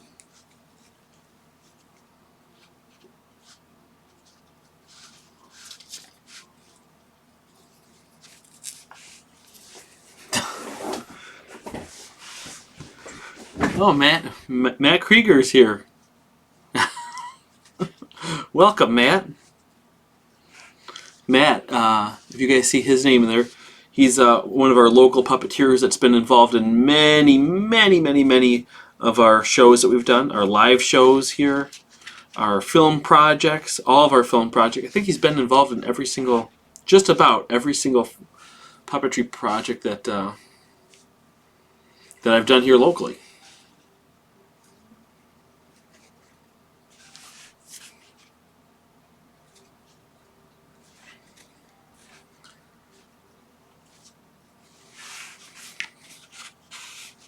There we go. So now we have a really nice entrance ring for this shark puppet. Wow, look at that. Let me switch to this. So that's what we have in here. So now why don't we just, I think we'll throw some eyes on this guy and then be done. I think we'll be done for the day then. Unless you guys think there's something that I'm missing here that we can add to him. But luckily, before we did this, I quickly painted some eyes. And I did a whole bunch though, because I was unsure of what kind of eyes we'd like to do. And of course, one of them is missing. I don't know where in the world that one would have went because I didn't touch this. I was thinking that maybe these little black eyes might look really nice, but maybe they won't anyway. Oh, actually, that does look super cute. Those bead eyes like that, making it look like a toy almost. That looks super cute. Okay, but also I have some white ones that we can put a pupil on. Oh, that'll look real nice too, though. They'll have a little more contrast.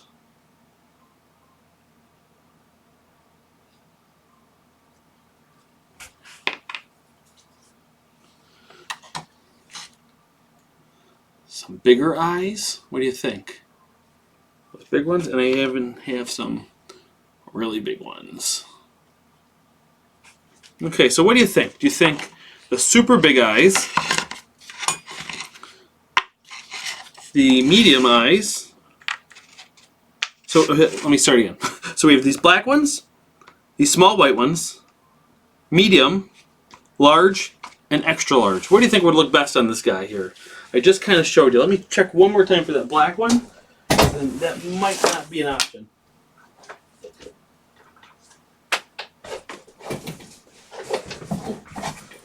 Found it.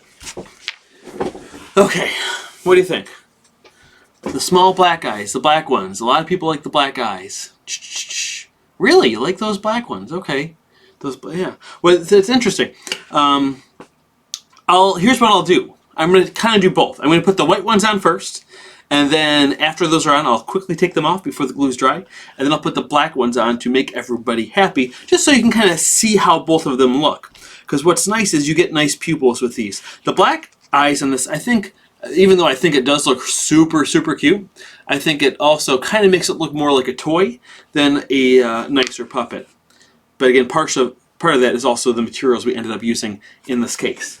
So let me get some pupils here.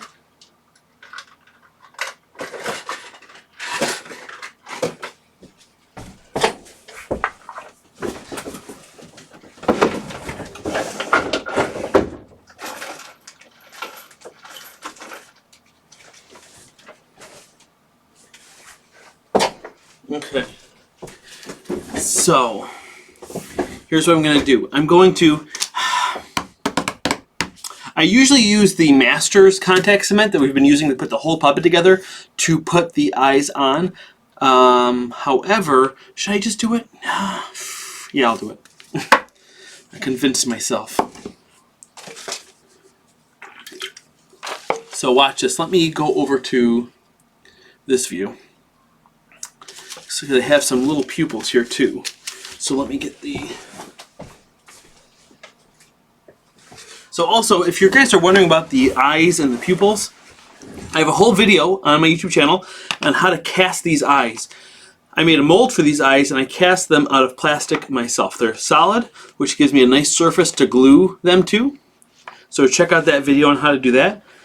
I also have a whole video on pupils. These are some little pupils that I like to use. You can use these as the whole eye for a smaller character, but I like to use them on this as well. So let's do this first. Okay. Oh, actually, I don't think I'm gonna like those more though. Oh gosh, I'm so indecisive. I can't pick. So here's how I like to put the eyes on. Let me find the placement first, because really the placement can change the character so much, and decide whether it's going to be seen from the side or if it's going to be seen head on. Because if it's head on, you want these eyes to be probably closer together so it can have good eye focus if it looks at the camera. If it's always going to kind of be in side view, it kind of looks better like that. So you really have to think about the placement, rather, you really have to think about how you're going to be using this puppet in order to decide where you want your eyes. Because if it's going to be talking to the camera, you're going to probably want them more like this, okay? But if it's going to be in profile more of the time, talking to other characters, then this would be fine, okay? But so here's what we'll do. I'll pin these on to get the placement right.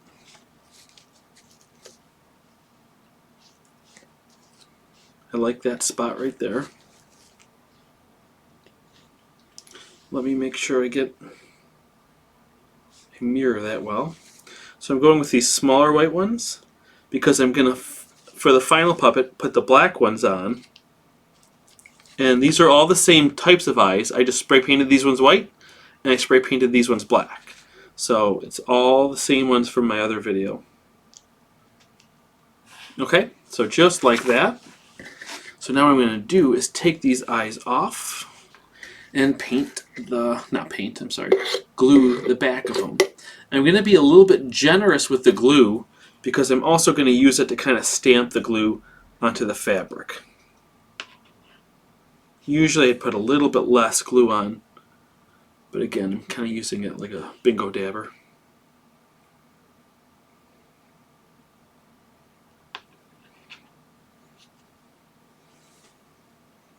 Okay,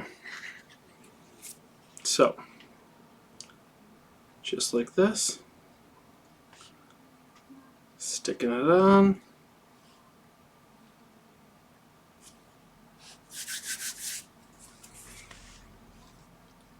So I'm going to kind of rub that glue in. Yep, so it all comes off on there. Good, good, good. Good.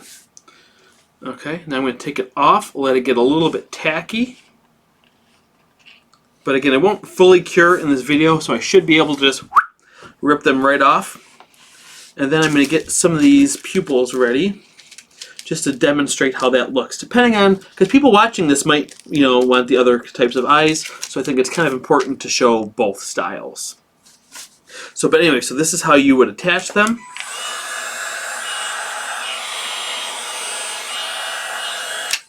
Like this, and I'm not going to press down too hard again because I want to be able to get it off to put the other ones back on. Okay, so then I'll take these off.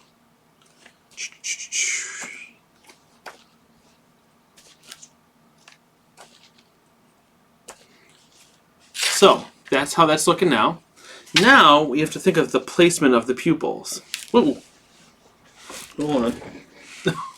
I lost one. I'll just get a new one. I'll dig for it later so you don't have to waste your time watching that. So looking at this, I'm going to try to just rest them on here and hopefully they won't fall off. Look at that. Look how funny that looks. Now the size of the pupil heavily affects the way your puppet looks. And one cool little tip I learned, this is a cartooning tip that I learned, is the larger the pupil is the black part, the larger the pupil, the younger the character actually looks. So if you look at like cartoons, a cartoon picture of like a baby, you'll notice they have really huge eyes, but the older characters tend to have smaller eyes. So just like a little thing to keep in mind. And there's other things you can use for pupils as well. Again, watch my whole pupil video to show all different types of pupils that you could use. So if it's going to be looking right at the camera, that was a decent placement that I had. However, if it's on the side, that might not look the same. Yeah, I think it looks okay. I'm going to go for it. Okay? Just going to go for it. Now, I like to use super glue to attach those. But one thing that I found is using the gel super glue works much easier for the pupils, because then it gives you a little bit more forgiveness for kind of sliding it around. And it doesn't drip really as much, or kind of at all.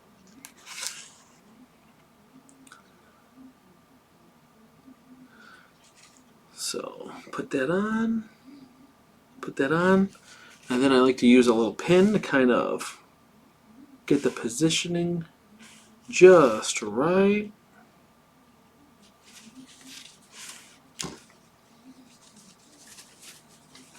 Let me see how that's looking. Ooh, that's looking kind of weird.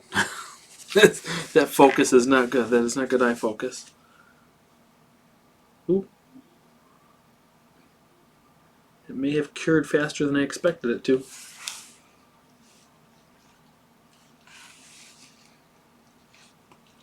But there we go.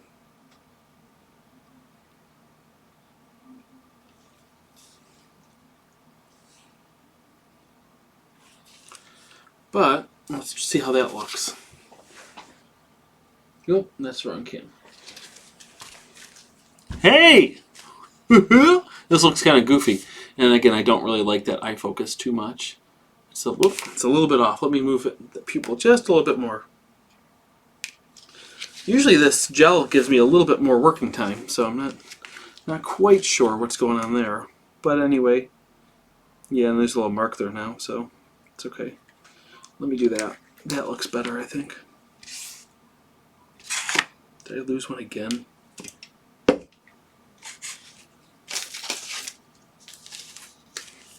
Hold on.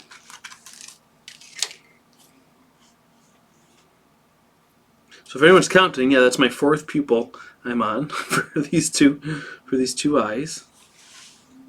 That looks much better. Okay. So yeah, that looks a little bit better, I think. Let me a little bit more over. Yeah. Yeah, that looks much better. Look at that. Looks pretty good. Okay. But I think, like I said, we're going to go with the black eyes. So let's go with those ones. So I'm going to peel these off while it's still kind of wet. I'll use those for another project. Maybe you'll see them again. Maybe you will. Now let me paint the back of these black ones here.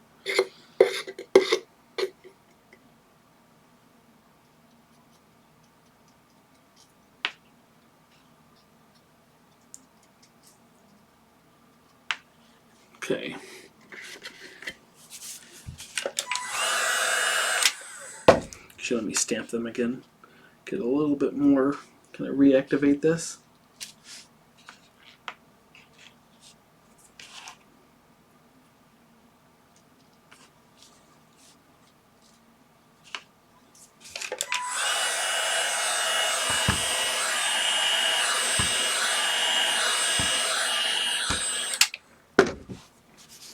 All right.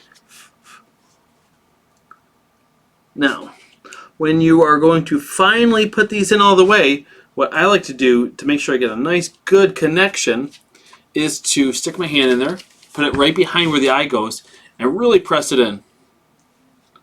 And that gives you a real good connection. Okay? So, if I go back over to this one, there we have it, our little shark. But I heard a couple people saying they want to see some teeth. I actually did a whole video on how to do puppet teeth. Now, when you start watching that video, it's a very different type of teeth. It's more like human teeth. But toward the end, I give some examples on different types of teeth as well. And I hope to do future videos on the different styles of teeth. So, but again, in that video, even though it's mostly covering human style teeth, I do touch on some other styles of teeth toward the end. So let me move this over, and I'm just going to do, there's two main really quick ways we could do this, okay? We can use the L200. We could do this kind of type of foam right here, and essentially just cut little teeth like this, okay? And then you could spend some time shaping them with sandpaper and whatnot as well, okay? Let me just give this a nick there, a little nick there. So there's a little tooth.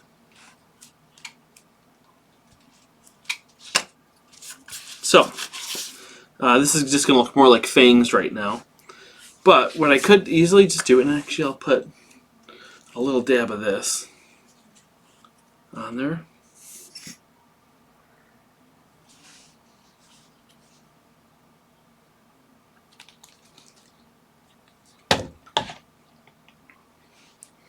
Okay. So that was the Fabri-Tac again, for those of you who've been watching. I would just go under here and put in little teeth, just like that. That's one way to do it. However, these type of teeth, this L200, if it can get roughed up after a while. Okay, it can get kind of smushed. So for longevity, it's not great. If it's more of a practice puppet or a craft style puppet, that's fine to use some kind of craft foam or L200. But if you want something a little bit more permanent, in that teeth video, I show what I call flip-flop foam, which is technically an EVA foam as well, but it's a very high density and lasts much longer. You could use that as well. But for a puppet like this, oh look, the poor guy, I smushed him. But for a puppet like this, one of my favorite methods to use, and I actually have the old example, I just found one of those peoples. The old example from that other video that I did is a tooth that can compress like this. Okay, and you actually heard John Little mention it in his FaceTime. Some people, what they use is a makeup sponge. If you've ever seen those, they actually kind of look like this. I actually carved this one out of a little block of foam. But a little makeup sponge, what's nice about that is it will compress like this. So when the puppet closes its mouth, the teeth kind of vanish inside. Now, right now, this tooth is way too big for this character, so I'm actually going to cut it in half. Try to get 2 out of it. Let's see if I can. Oh gosh, these are humongous teeth. Way too big. Let me do this. I'll cut it down like that too.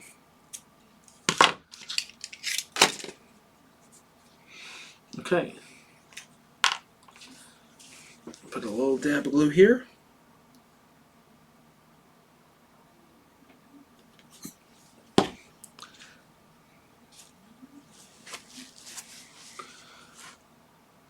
And I'll stick that on just like that. And again, this is a tooth that will compress into the puppet's mouth.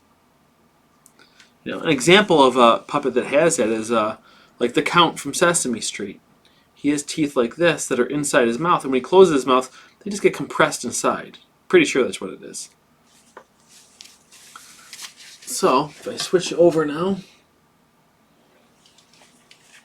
you see he's got teeth like this, and every time the mouth closes, so the other teeth, the teeth would get in the way. I can't close the mouth all the way. But with this one, I can completely close the mouth, and the teeth compress inside. And as soon as I open it, they come back out again. So that's a really great way to do teeth. So this is what ended up being a shark puppet. Wasn't sure exactly what type of fish we do at first, but we did go with a shark, and I'm pretty happy with it. Check out my Instagram for sure, because I'm going to refine this pattern a little bit more and use some slightly better materials now that we kind of have it fleshed out.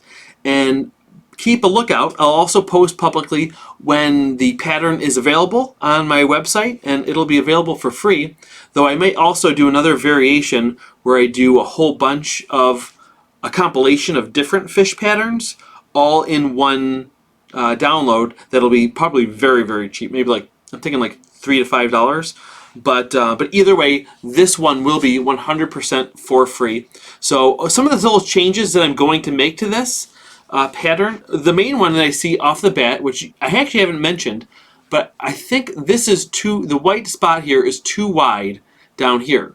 So I'm going to have it get a little bit more gradual gradually coming in just a little bit more. That's one of the changes. And if there are any other changes that you think you would like to see potentially on the pattern, leave a comment on this video and I will look through them as I'm refining it, and I will be sure to make some of those changes if they are justified. So anyway, I hope you guys enjoyed, and I will see you guys later. Ow! That would have been a good cut there though, wouldn't it? If I had a second person, that's what would have happened. Alright guys, thanks.